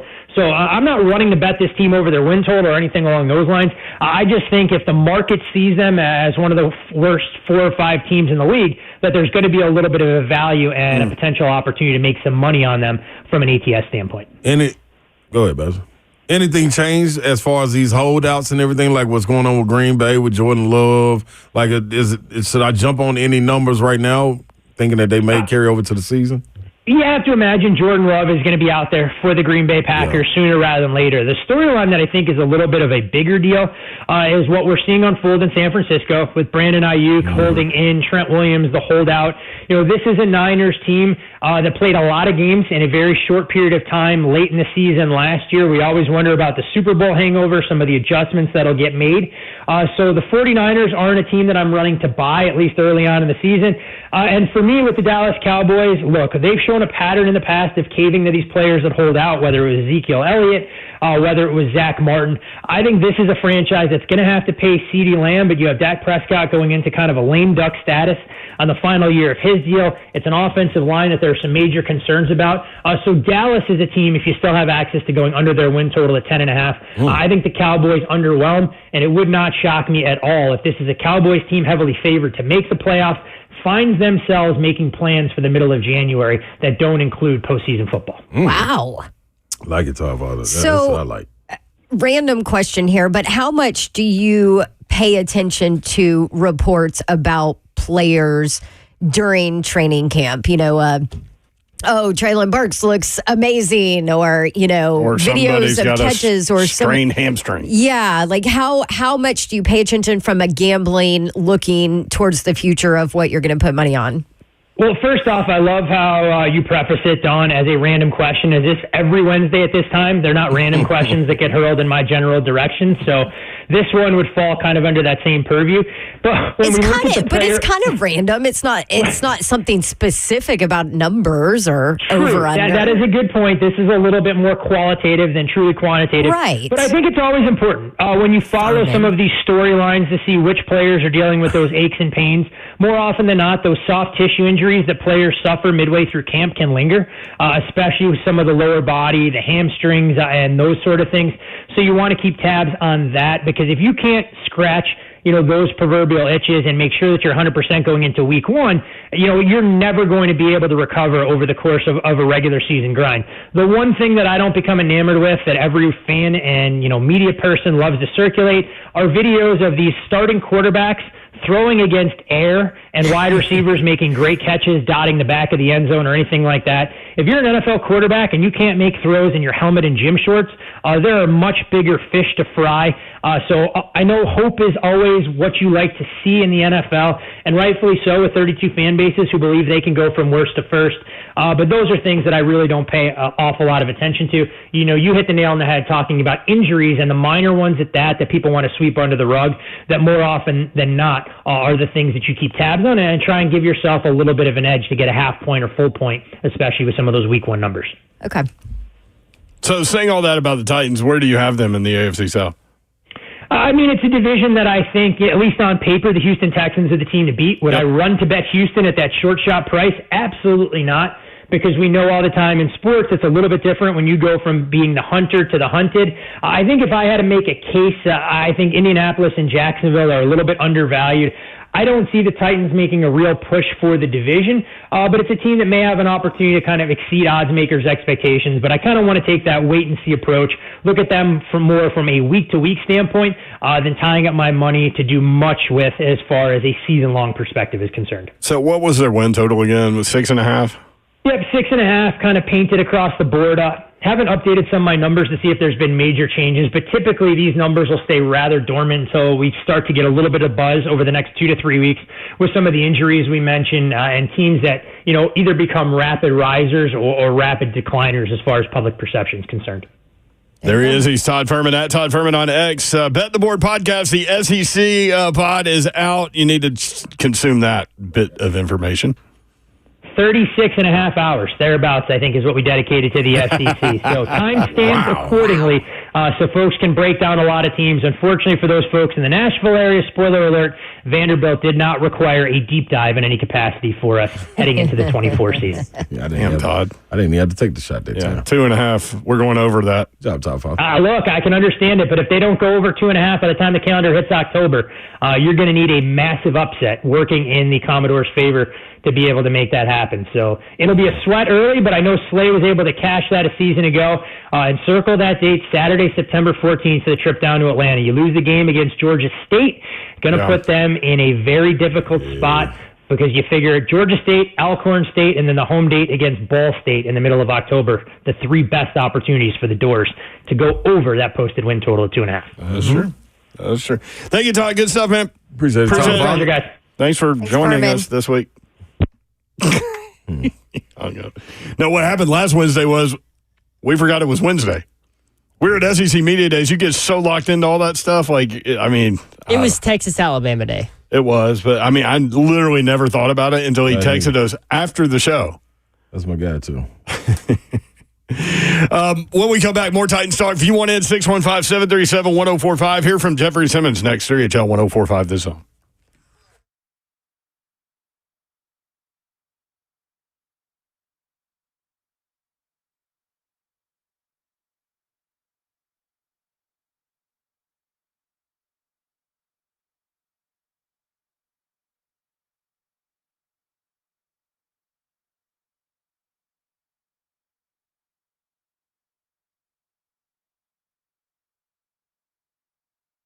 Do you want to save on some of the biggest names in streaming on the network made for streaming? Well, guess what? X marks the spot. Now through July 25th, get 150 megabit Xfinity internet for $30 a month for 12 months with a 1-year contract with Wi-Fi equipment included. And for just $15 a month, add the new Stream Saver that includes Peacock, Apple TV Plus, and Netflix. All your favorites, all in one place, only from Xfinity.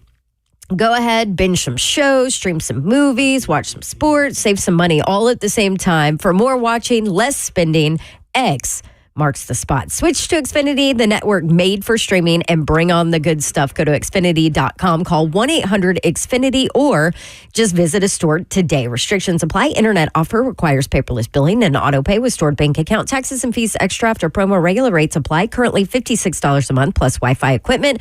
Currently $15 a month. Actual speeds vary. Stream Saver requires Xfinity Internet or TV, and price subject to change.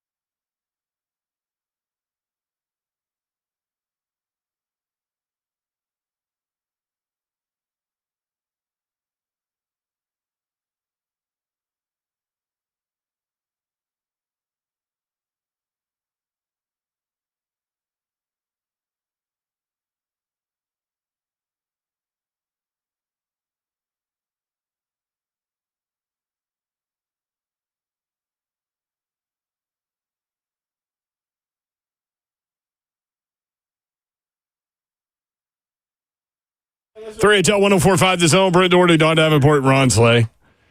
Y'all need to check out Todd Father, as Slay calls him, his Bet the Board podcast with the SEC deal. I started in on that. It's so good, man. It said 36 hours? No, it's not 36 hours. I was saying that's how much research.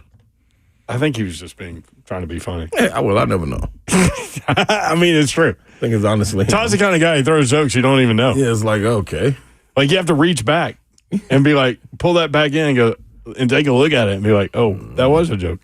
I don't know. No, but it's so good. And you don't have to be interested in sports betting to enjoy the information that these guys put out. It gets you ready for the season, and everything's timestamped so you can look at your favorite team, but you can listen to your favorite team breakdown and do it that way.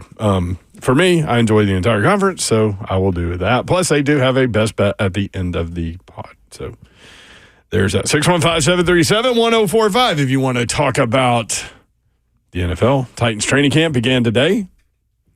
Man, it was weird out there. It was quite cool, actually, with the breeze. Yeah. But then you stand there for a minute and you're covered in sweat because the humidity, it was so moist. Out there. Don't use that word. I mean, it was. But didn't practice used to last like 12:30? They could only do 70 minutes. But I'm saying on today's.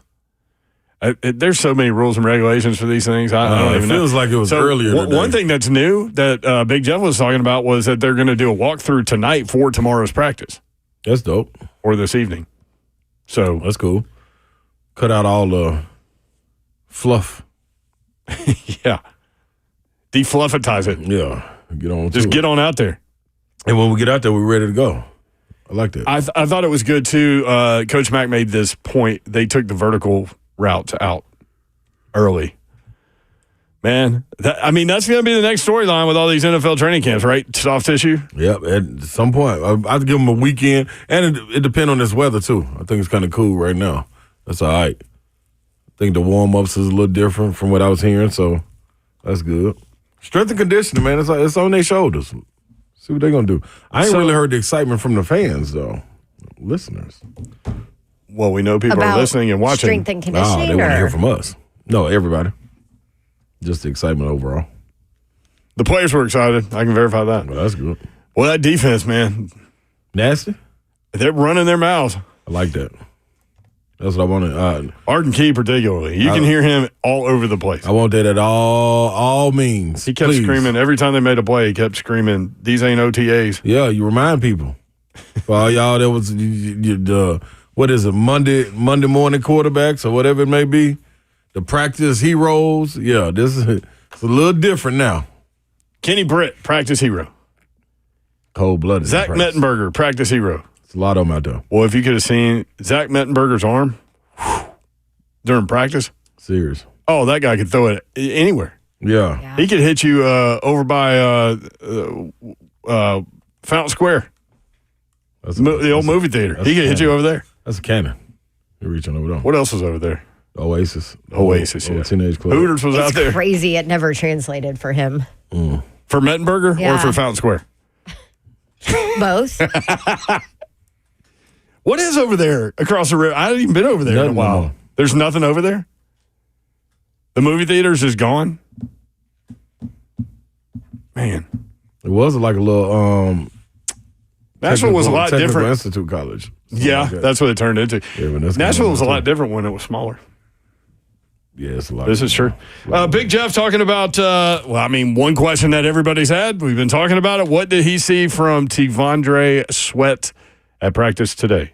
He got some good work in today, individual and, the team reps he got. Of course, when we're doing the team reps, I was trying to focus on my job. We'll see on the film. But like I said, he's a big dude. He can move. I think the biggest thing for not just him, but for me too, we saw that today. We all have to just get in shape. I think that's the biggest thing with playing the game of football, and especially playing in trenches. We always, every play, we got 600 pounds on us. Just never know. You may get a single block every now and then, but you got 600 pounds on it. So I think not just him, like I said, we talked about it in our individual period. We all just have to get in shape. But I think he on the right track, and, my job is to keep leading and help him the best way I can. That's leadership. To put one issue that we all know about and put it on all of it. We all need to get in shape. That's right. You ain't going to hang your players out to dry and let them know you with you. Yeah, but then that's different. That's what, that's not what training camp is for. You're supposed to come in, try to come in shape, but as you go on in your career, you use this as a time to ramp up for it. Do you guys feel like Big Jeff sounds different? Sound like a leader? Mm-hmm. Yeah. I think he understands this is his team. In fact, he said that today. And he goes, this isn't the first year I've thought this, but, there's a responsibility involved with this being my team. And he quickly said there are other leaders in this building. But he understands it's not just the defensive line leader, defense leader, like he's one of the leaders of the team. Hear more from Big Jeff as we roll through the 5 o'clock hour. He talked about the addition of the more aggressive corners, how that will help the defensive line and how they will help the corners. Also, what did he focus on this offseason to get him feeling right? And we'll talk about leadership. He will. Big Jeff will talk about how he views himself being the face of the franchise. More 3HL next, 104.5 The Zone. Moonshine. Don't forget about him. Oh, Moonshine's coming in. That's right. Moonshine in studio.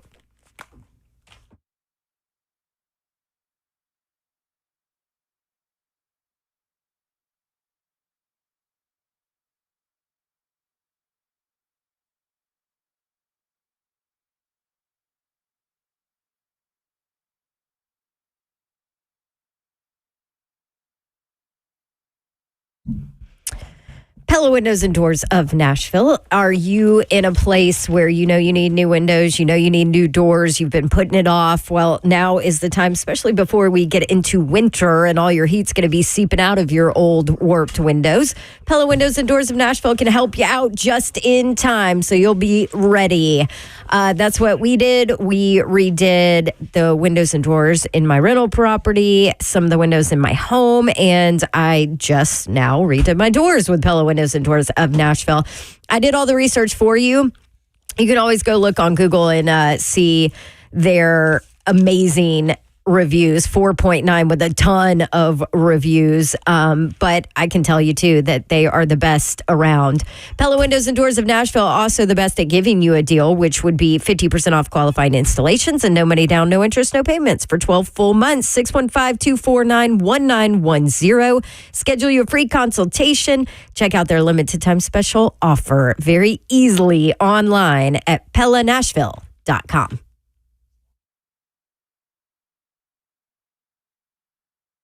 So many people trust Two Rivers Ford. Football players, working moms, business owners. Why? Because Two Rivers Ford has been doing business with integrity for decades. Two Rivers Ford, the South's most trusted Ford dealer.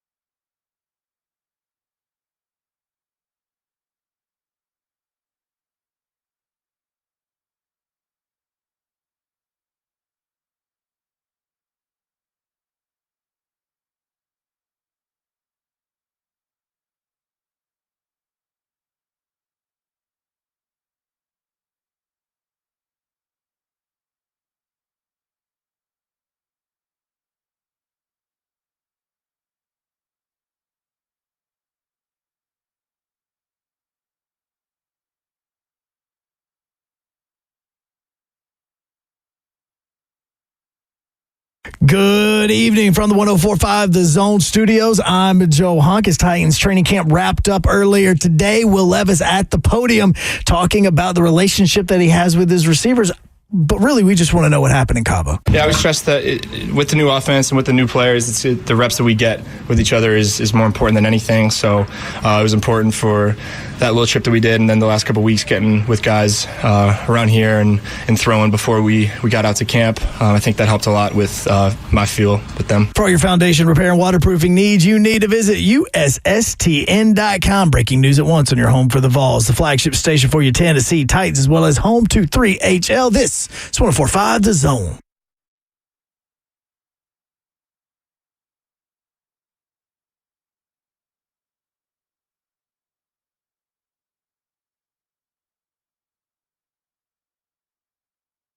HL 104.5 The Zone. Brent Doherty with you on a beautiful day in the Music City. A beautiful day because Titans training camp has begun. It's back. There's Ron Slay. I'm in the building. Got me on that one. Gotcha, Zeph. I beat you, Zeph. Zeph, you got slayed. That's right. You're not here to play around. So, Slay is in his Traylon Burks jersey because Dawn mentioned Traylon Burks earlier. Yep. I should have known. I'm sorry. I apologize, everyone. It's not a bad thing. How did Traylon Burks look physically? Incredible. He looks like a Greek god. Okay. Yeah, that's what we do. You want me to just feed the beast? That's what we do. I mean, it's true. I don't doubt it, not one bit. Don Davenport is here. What's up? What's up, Babsy? Let's go. That's right. Happy, I was about to say Monday. Feels like Monday. What day is it? It's Tuesday. Tuesday. Happy Tuesday. No, it's Wednesday. Happy Wednesday. It's hump day. What are we doing? I don't know what y'all doing. Are you on the right day? Yeah, I'm most definitely on the right day. Hump day. Yeah. Hump day. I mean, Traylon You know Burks, what day it is? It's camp day. Yes, that's definitely true.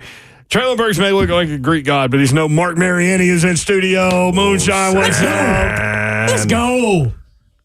Oh my God. Oh, wrong Just one. getting Sorry. Is wrong that one. a joke? Getting it ready for the season. It's gotta be, dog. Getting it ready for the season. No, yeah, there we go. There We're we not go. going to hear any of that Baby Shark this year. Hey, you know what just happened, Mark? That was messed up, You man. got zeffed. Hey, that was. You guys sure know how to make a guy feel welcome Right. up in here, man. That Come ain't on right. now. I'm just glad you came Just back to cut get me your at the knees, man. your big Montana big cup big gulp thing. It's a lot more fresh out of this bad boy right there. I've been missing this thing, man. there. We have these nice long conversations together. The only one that'll listen to me. I needed this thing back. Thank you guys for keeping her safe. Do you put your red beer in there? Oh, everything, man. Keep it cool for weeks. Right there. For weeks. I didn't know what was in it. I didn't try it. So for those that don't know, he brought that big cup. I mean, it's a beautiful cup. Like It to stay illustrates, hydrated. how great Montana is. Yeah. But you left it in here last time you came in here, so now you can take it. Reunited and it feels so good. All right, beaches and herb. That's right? Did I get that right? I think We'll go with I it. think I did.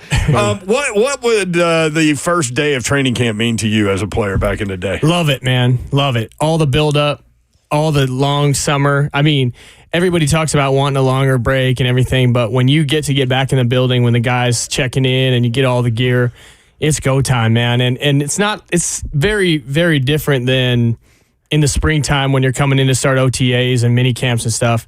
It's go time now. And you have a focused target and you have an opening kickoff and you have all these things on the horizon. And man, it's just nothing but excitement. And I used to love it, man. I used to feed off of it.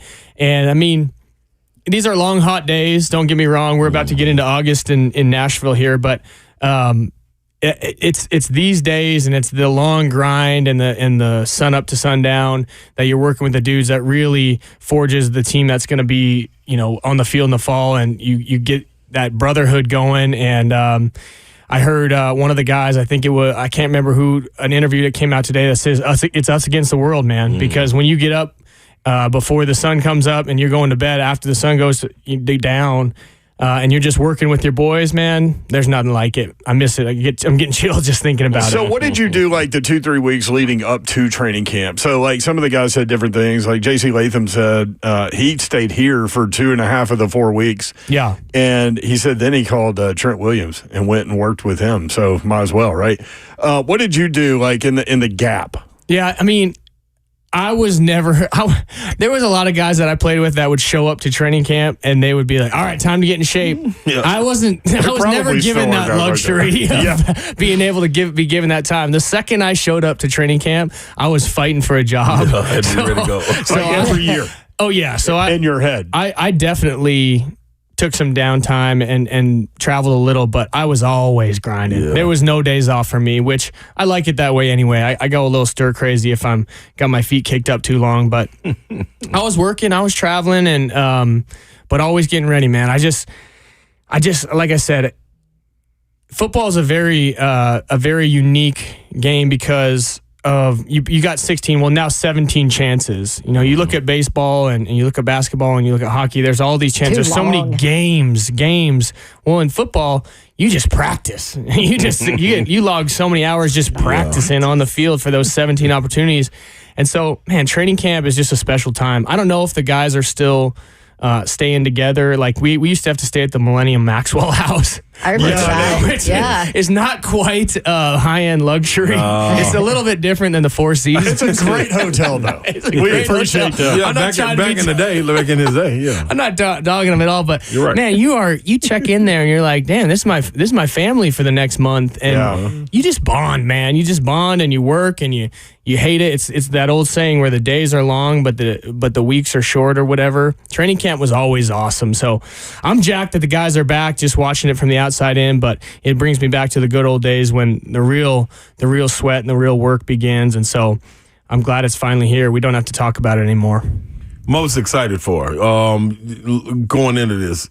I know receivers without question, but that challenge, what was that challenge like in the preseason when you had to go against these guys like this on the other end? You got Cheeto, you got Sneed, you got Roger McCreary right there in the slot. Now Jamal Adams has been added. Looked great today, by the way. Did it good. Amani Hooker back there in that secondary. So it's not the secondary that we walked away from in January. Yeah. It's totally revamped. And then the wide receiver room revamped. Yeah.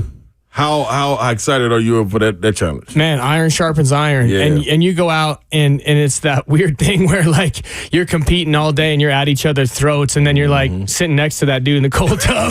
You're like, oh, I hated you 10 minutes ago, bro. That one move you pulled was a little bit below whatever. But you just grind, man, and you compete. And what I love about what I'm hearing and seeing coming out of Rand Carthen's mouth and Brian Callahan is they want guys in this building that just love it, that love the game and love to compete.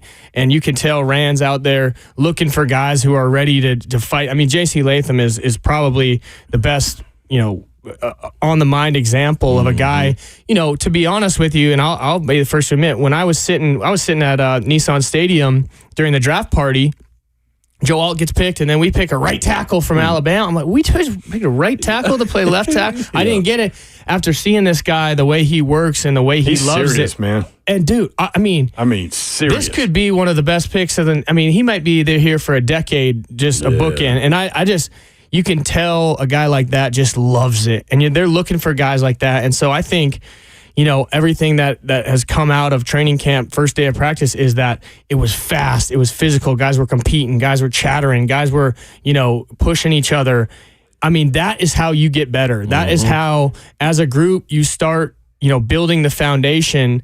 And as you start installing, as you start competing, you just keep growing and growing and growing. And it's these guys that are going to push each other until we get a different color jersey. But man, competing against those dudes every day will make you better. And I think these guys thrive on it. And I think they got guys in the building who love to compete. You mentioned J.C. Latham. He had this to say after practice, talking about the offseason and training camp. 1,000 passes this summer, really just to work on the angles. So, I feel like it showed up out there a little bit, but definitely got to still continue to get some work in. First off season here, kind of as a pro, were you here a lot? Were you somewhere else doing that? Yeah, I was here. I think we had 4 weeks. I was here for 3 of them, and then, 2.5. Went to Texas with Trent to train for that the rest of the time. So. Yeah, what in terms of going and training with him, is that something you'll continue to do? And what was that like, just learning from somebody like him? Yeah, I mean, it meant the world to me. I reached out to him as a freshman in college and asked him if he had any advice for me being a young guy coming in to college and how can I get to that level. Him texting me back within like the hour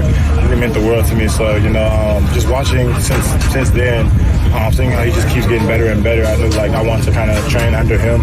And, I think it's year 14 for him. So just being not only a vet, but one of the best to do it, that's somebody you want to learn from and just, absorb the game. I know you're putting in your work on your side of the line and you're taking your reps, but when you're not, like obviously there's a lot of intrigue on who's going to be on that right side.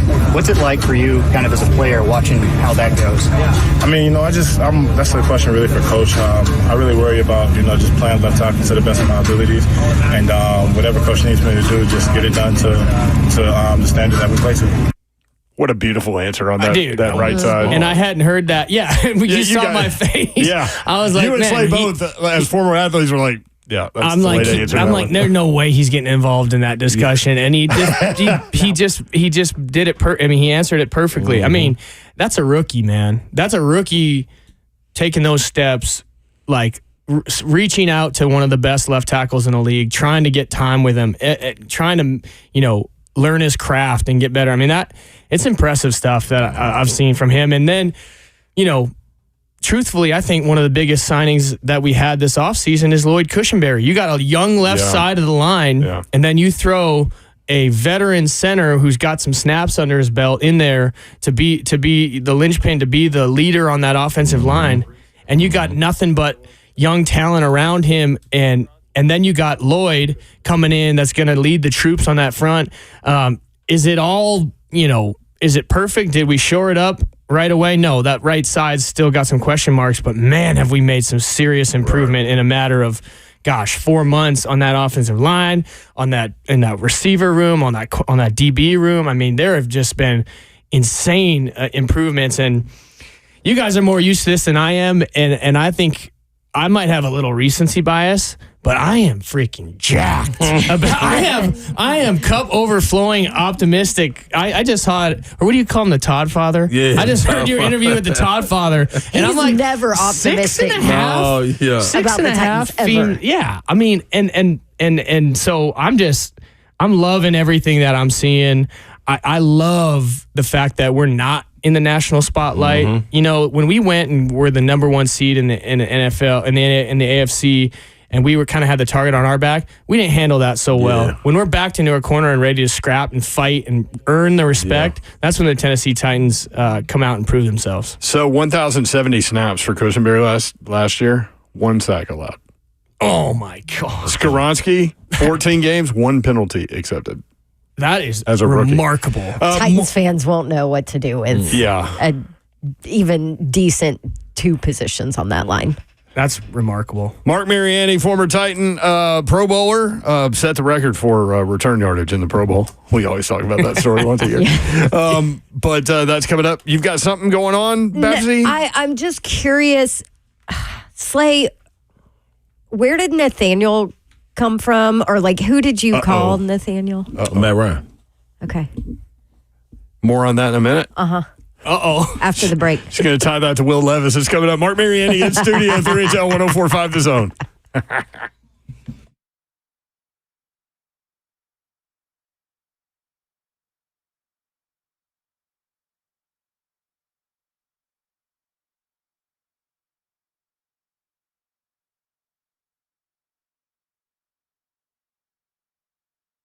What's happening? People, Ron Slay coming to you with Wesley Mortgage. WhyWesley.com, man. You need to head over there, man. I'm telling you right now, the owner, Chuck McDowell, good buddy of mine, a local Nashville native, caring about the community, proud to serve and reinvesting in the people and the places that make Nashville such a wonderful place. Now, while other mortgage companies are downsizing, Chuck McDowell and the Wesley Mortgage team are rapidly expanding in Nashville, keeping people working in a career that they love. You also get unique opportunities, networking opportunities with the Titans, Music City Grand Prix, Nashville Preds, and more. Realtor and mortgage events throughout the year. They make closing deals and building relationships fun again. So if you're out there, you're scrambling, want to have a team behind you to help support you, well, you got your one with Wesley Mortgage. The support system already in place to help you succeed in the mortgage business, ensuring your loans close on time, making sure you get paid, giving you back the time to build your business and bring back the fun of the mortgage profession. So, real simple. Wesley Mortgage, associated with whywesley.com. Just go to it.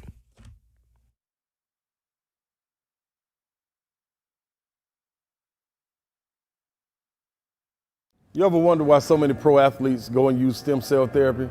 Because it works. I'm Ron Slade, retired 14-year pro basketball player, and I needed to get this done. After I went through my entire career riddled with injuries, I needed therapy, so I went to Kellum Stem Cell Institute out in Franklin. Why? Because they're the stem cell specialists. They can be yours too. They're the stem cell specialists of the Tennessee Titans. You know why? Because it works. Make an appointment today with Kellum Stem Cell Institute.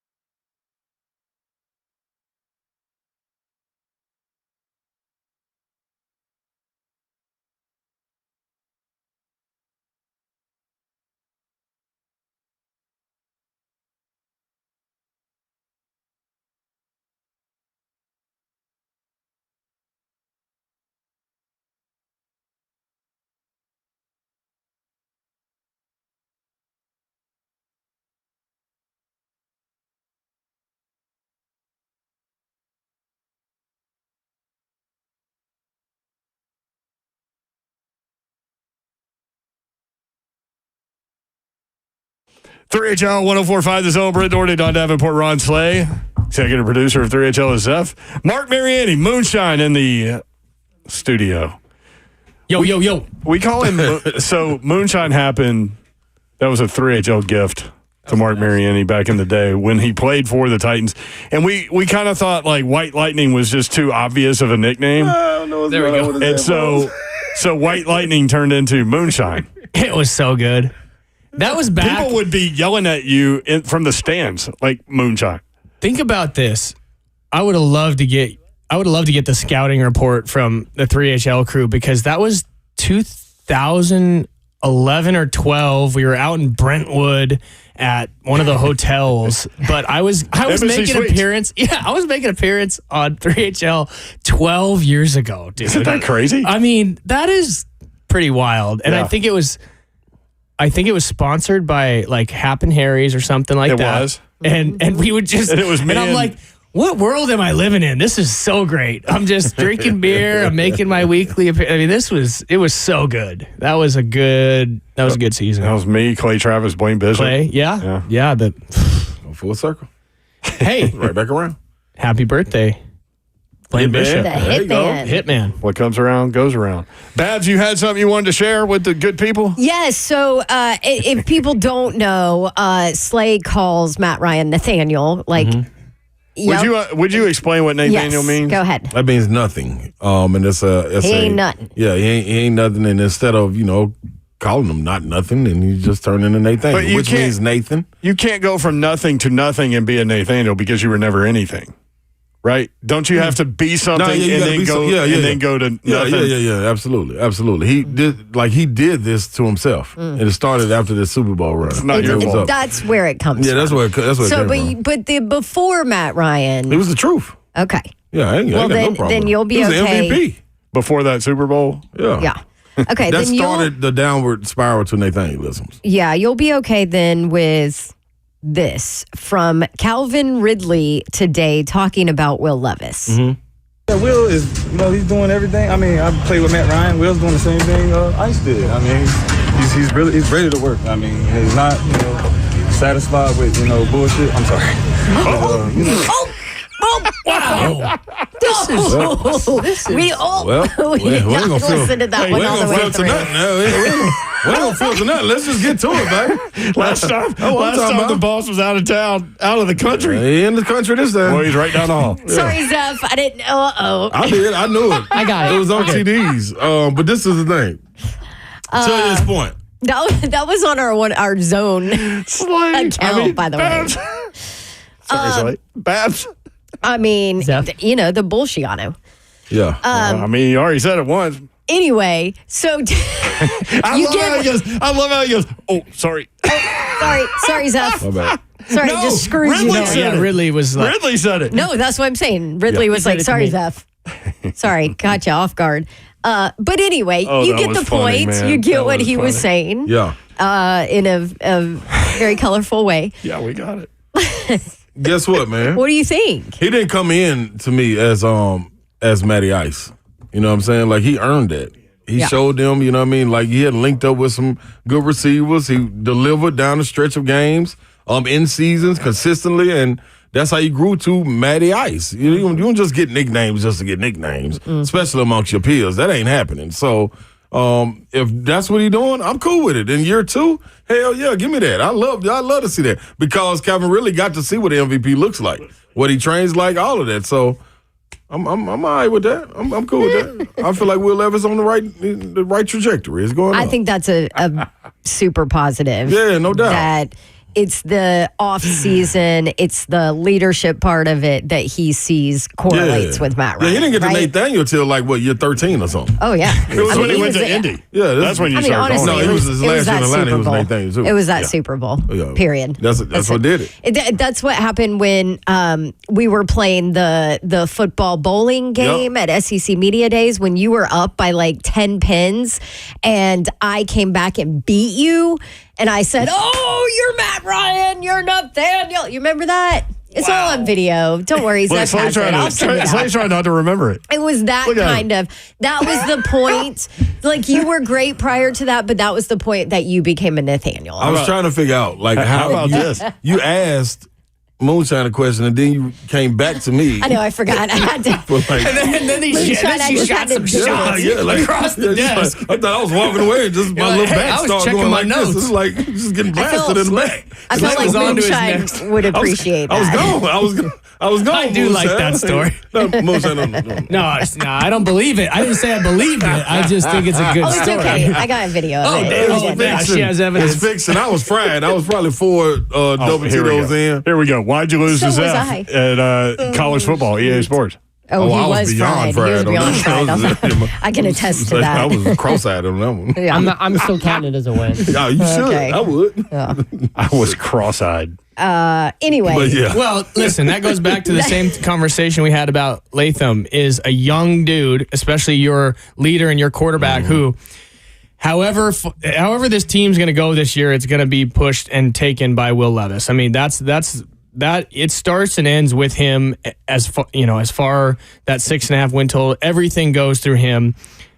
A lot of people see all that potential, and I hope it's sitting there. But I love the swag that he brings, but to hear that he also is bringing all those leadership qualities through the offseason, organized workouts, taking guys on vacation, being that Matty Ice veteran leader as a second-year guy.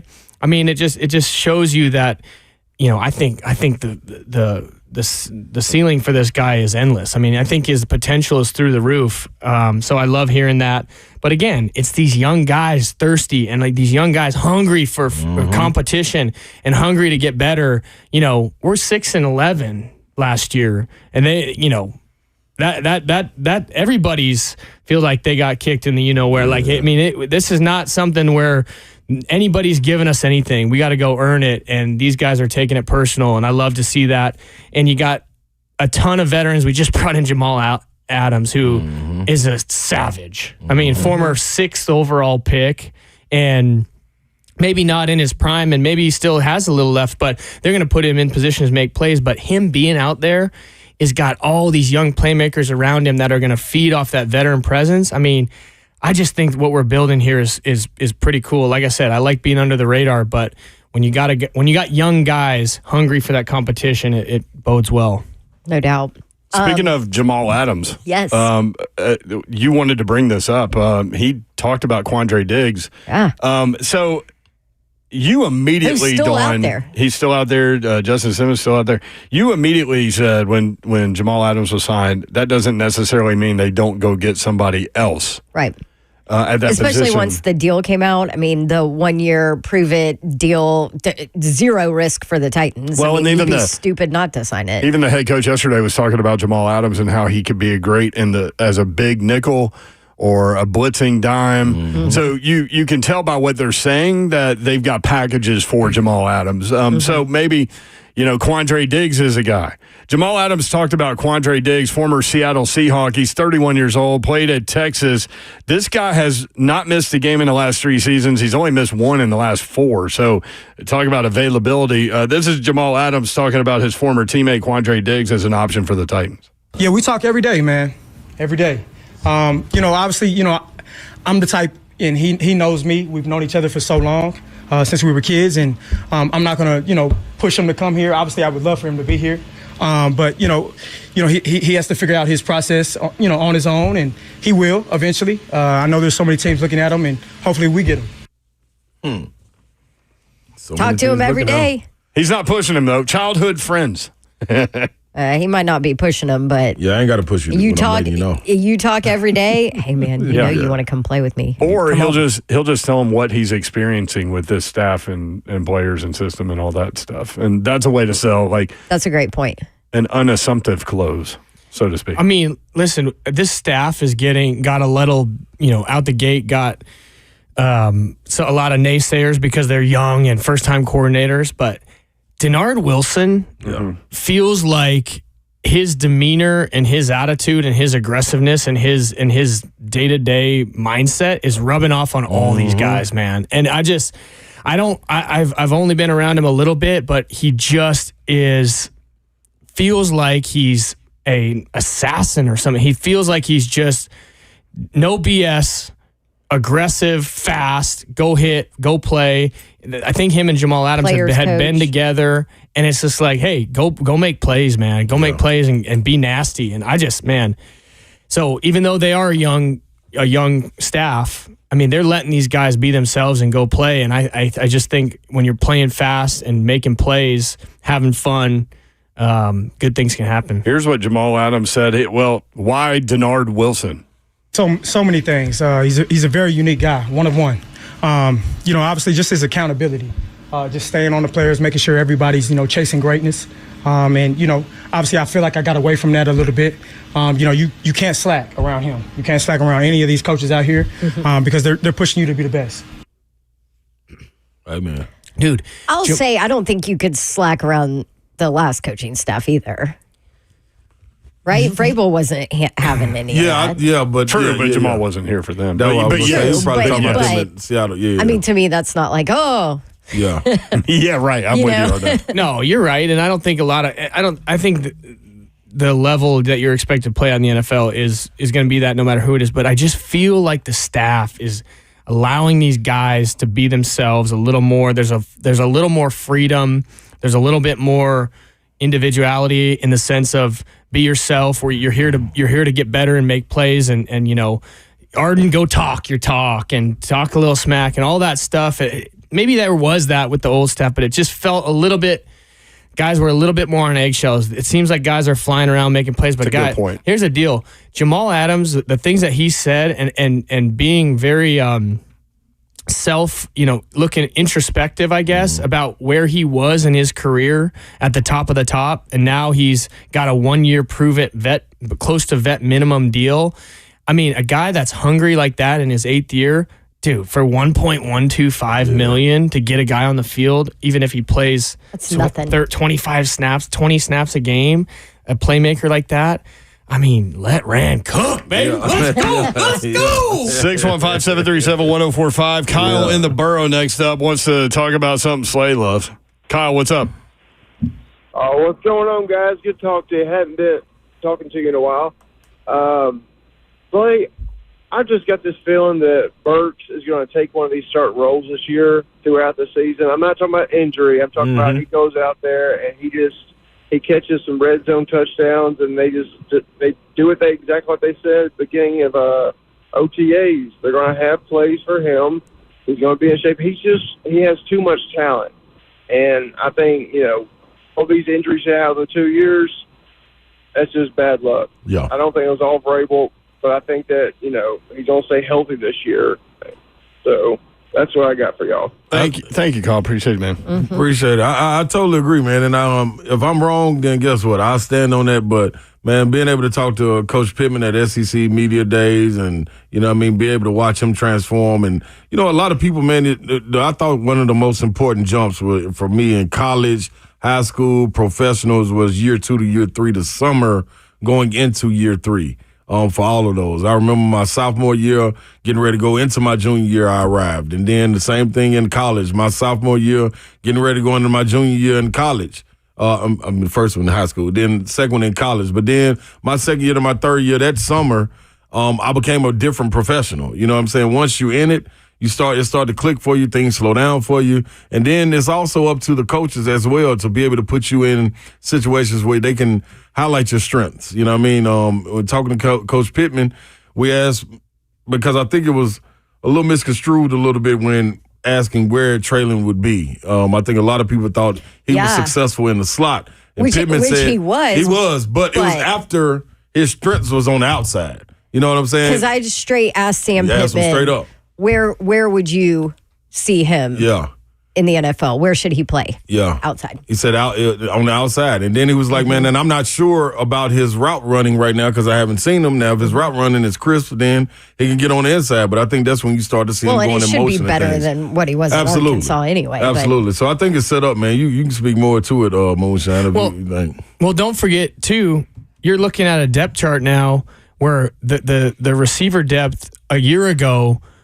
has completely flipped over. Now it's one of the strength and deepest positions on the team. Can you imagine the weight that's lifted off of Traylenberg's shoulders? Yes. And no, it's not the old coaching staff. It's nobody's fault, but this man got, with the whole A.J. Brown situation, he got so much placed on him as a rookie, gets banged up as a second-year guy. He had so much, just all that potential and all the, I guess what fans thought he was going to do on the field after replacing A.J. Brown. Yeah.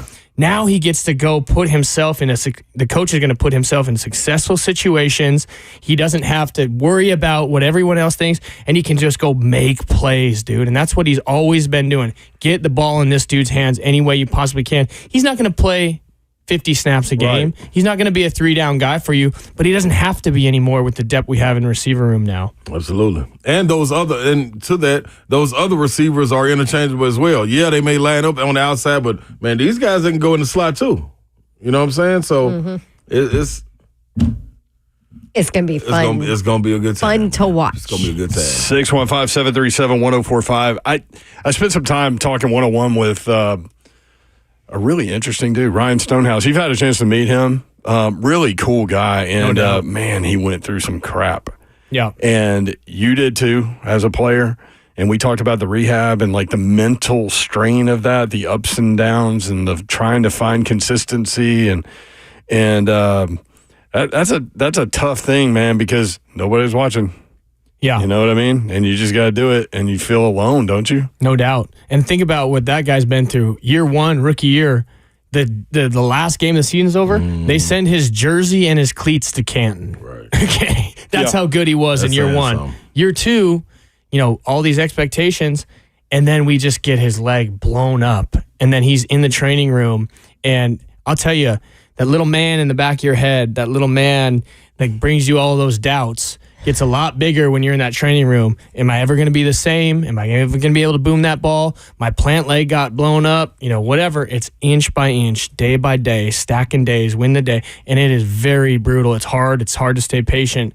And one of the best videos I saw today, someone posted was... I think Rhett Bryan posted. Rhett Bryan posted Ryan Stonehouse booming balls again, man. Because he for him to be able to put that leg in the ground, trust it, get that mental part back, tells me that all those things we saw, all those physical attributes are coming back little by little. And it's a blessing to see that because, not everybody makes it back from those things, man, especially, the ACL and the grind. It's a brutal time. And so I'm glad he's out of the tunnel. And for people that maybe don't know, there is nobody more qualified to talk about a catastrophic injury than Marc Mariani. And the fact that you even made it back and could walk normal, honestly, after what happened with you. I mean, you know that grind more than anybody else as far as having to come back from something like that. No doubt. Let's lead the next segment with that because we can compare these two things. Yeah. And I mean,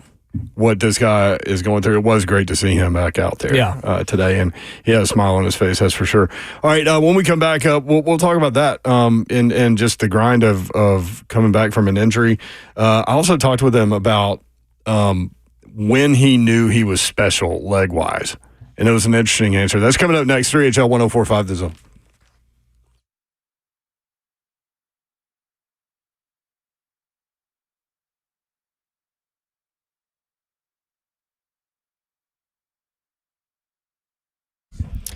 Outdoor Lighting Perspectives of Nashville. Been around for over 38 years, family business since 1986, and man, can they make some homes stunning with landscape lighting. Nashville's oldest landscape lighting company. They are the leader in LED technology. Bob Lyons, the owner, has made sure that they are up to date on top of all the latest trends, and they do everything so well. Full range color, warm white lighting. They do permanent roofline lighting by Gemstone Lighting. They design, install, and maintain your outdoor lighting so you can light up your night. Outdoor Lighting Perspectives, festival lights, path lights, wall washing, tree lighting, area lighting. We did a couple of those different combinations in our backyard, and Outdoor Lighting Perspectives of Nashville was the absolute best to work with. They even do maintenance on lighting systems they did not install, by the way. So give Bob and his awesome team over there a call, or just go visit them online, Outdoor Lighting Perspectives of Nashville. You can find them at outdoorlights.com/Nashville. What up, Ron Slay here with the KellumStemCellInstitute.com. Holistic stem cell therapy. I'm telling you right now, man, go and get you some. It's real simple. It's your body, your cells, your solution. Now, your body's stem cells are harvested and also stored for future and continued use. Real simple, right? Yeah, your body's own healing cells, they harvested and redeployed based on your needs. Stem cells attack the inflammation. This is what we know. I'm telling you from my own experiences with it. My right knee, also my shoulder, it was a problem, man. And I had such good results with my knee and my shoulder that I wanted to expedite the results in my hip. So I went back to Kellum and got another shot of my own stem cells. Yeah, nanoparticles and other growth factors function by increasing the energy and output of your cells, as well as improving the cell communication. What that's telling you is waking the cells up and telling them, let's get busy. Get this inflammation out of here. Get your consultation today at 615-850-4415, 615-850-4415, KellumStemCellInstitute.com.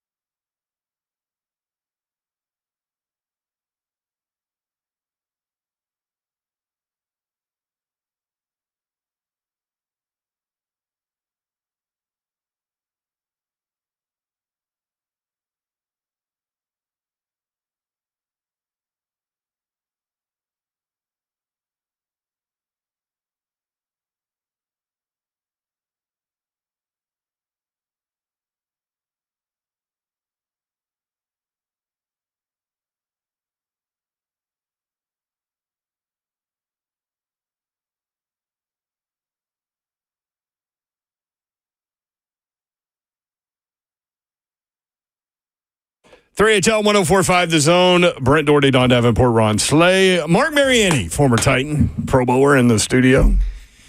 Now just an absolute Tennessee Titans fanboy. Somebody in the chat, I forget who said it, said, man, Mark looks great. Looks like he can still play. You got your cleats in the car still? You already know the answer. Come on now. I'm always ready, dude. You got 10, 15 yards and you got to take it to the house. They don't let me even come out to media days because they know I'll try to step on the field and get out there and pull some hamstrings. Go see Todd. So that's obviously the next issue that's going to happen, like nationwide, NFL-wide. All the soft tissue injuries are going to start happening. It was interesting today, they didn't do any vertical routes. Here's the deal. I heard you guys talking about this, and the Titans, I'm drawing a blank on the names, but they have invested resources. They've hired a couple guys during this offseason to be the specialists about workload and about the chains, and I've heard all these guys talking about, I can't remember their names right now. It'll be very interesting to see how this plays out because, remember, historically, the last 2 or 3 years, we have been in the bottom, not even third, worst 5 in the league in injuries and in guys on the PUP list and on the IR list and everything else. So I'm really interested to see if we can nip that in the butt and figure that out with a new staff and get whoever we were paying to watch those guys and fix that problem a little bit. Well, and Coach Callahan talked yesterday in his opening presser about, he was asked about the warm-up into practice, how different it is from the normal stretching that we've been able to see. And I thought that was fascinating too. And I actually highlighted it in my notes because we talked so much about just what you were talking about, the injuries. So he said they do more dynamic movement in stretch, like prepping the body for movement. Instead of just stretching and getting warm, it's more dynamic movement, which I don't know. I mean, what does that actually mean?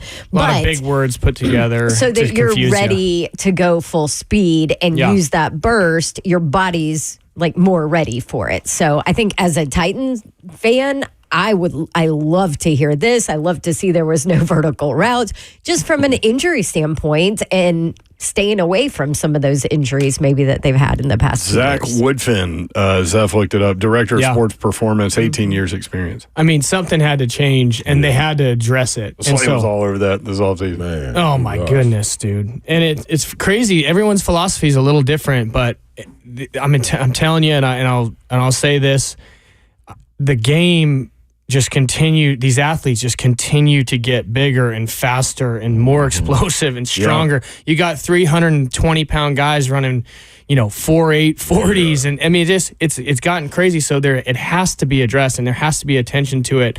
There has to be warm-up, routines and recovery routines, and things have to be addressed. And so they brought in guys and I hope it helps us out because we don't have the depth to be lagging behind anymore in that. So I was talking with Rhett about Ryan Stonehouse. So ACL, MCL, and the PLCs, which are behind your knee.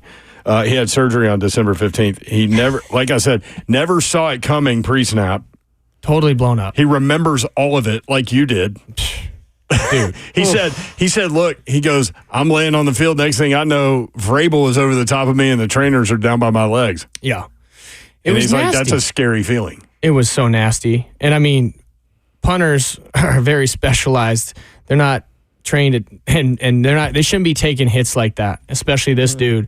And we alluded to it, and I'll just give like a brief little elevator, but you're in the training room day one after surgery, and all you can think about is getting back to full speed. Well, the truth is that you can't even walk yet. So how are you going to walk? How are you going to be an all-pro again? Or how are you going to be an all-pro? How are you going to kick the ball again if you can't even walk? And you have to move millimeter by millimeter every single day. Your goal and your targets, they move like a half an inch, and it's extension and it's stretching. And meanwhile, the whole time you're watching your boys out there grinding, and you're just in the training room all day. And they'll run through, and as they tape their ankles, they'll wave at you and say what's up. But dude, you're an all-pro. You're an all-pro. They try to keep you involved and the coaching staff engaged and all that stuff, but it's in those moments. And there's been a couple of them in my career, but in any injury, you see that the patience and the will of kind of your mental fortitude has to take over, because literally you're successful if you can like curl your toe. Or for me, if I could curl my toe, he's successful if he can completely extend his knee. And then all of a sudden you do that for a week straight. And then now you're standing up and now you're lunging. And then it's just inch by inch and day by day. And you have to just stack them. And mentally you're just watching paint dry inside the training room. And so again, like I said, and then I'll drop it, but seeing the video of him booming that ball again and hearing that sound come off his foot, dude. I mean, he's a special dude. He's a special dude. He was so at peace after practice, just hanging out, just talking. Yeah. And I'm thankful for the opportunity that we just stood there together and chatted. But what all was your, just remind me, I know it was broken. I mean, basically everything right now. Yeah. What technically was yours? It was a compound. I had a compound tib fib. Which means through the skin. Yeah, well, right in half and through the skin. And then during my scar tissue, and I had issues with my recovery. And so they had to go back in multiple times to do some releasing of the tendons. I ended up having to go to the Olympic ski doctor up in Vail, Colorado, to have him do my last surgery. I know, it was pretty gnarly. But to cut, they ended up cutting a tendon that went through my Achilles. But anyway, just chalk it up to the game. It's just part of it. It's just part of it. You came back, and so did Stonehouse. Wow. I asked him, when did you know that you had that like special powerful leg? And he said, my sophomore year in high school, I punted a ball 45 yards.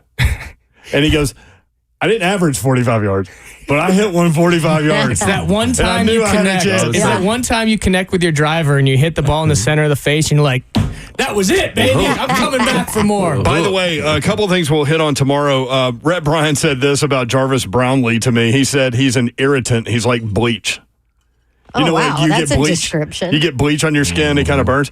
Also, what about playing in all 3 preseason games? Will Levis said he'll never turn down an opportunity to play football. We'll talk about that tomorrow as well. Thanks for coming in, Mark. Hey, man, I missed you guys so bad, man. This is my homies. I feel right at home. Take that damn cup out of here. Let's go. All right, more Thurrell and all of the zone coverage of Titans training camp tomorrow. Be there, lock it in, and rip the knob off. Right, Babsy? That's right. See ya. Good night. God bless. Now see ya. Wouldn't want to be you unless you're Traylon Burks and Tajay Spears. All that ball coming off of Stonehouse's foot. We have to have everything in order. Let's go. Are we still on? Yeah. Oh, let's go.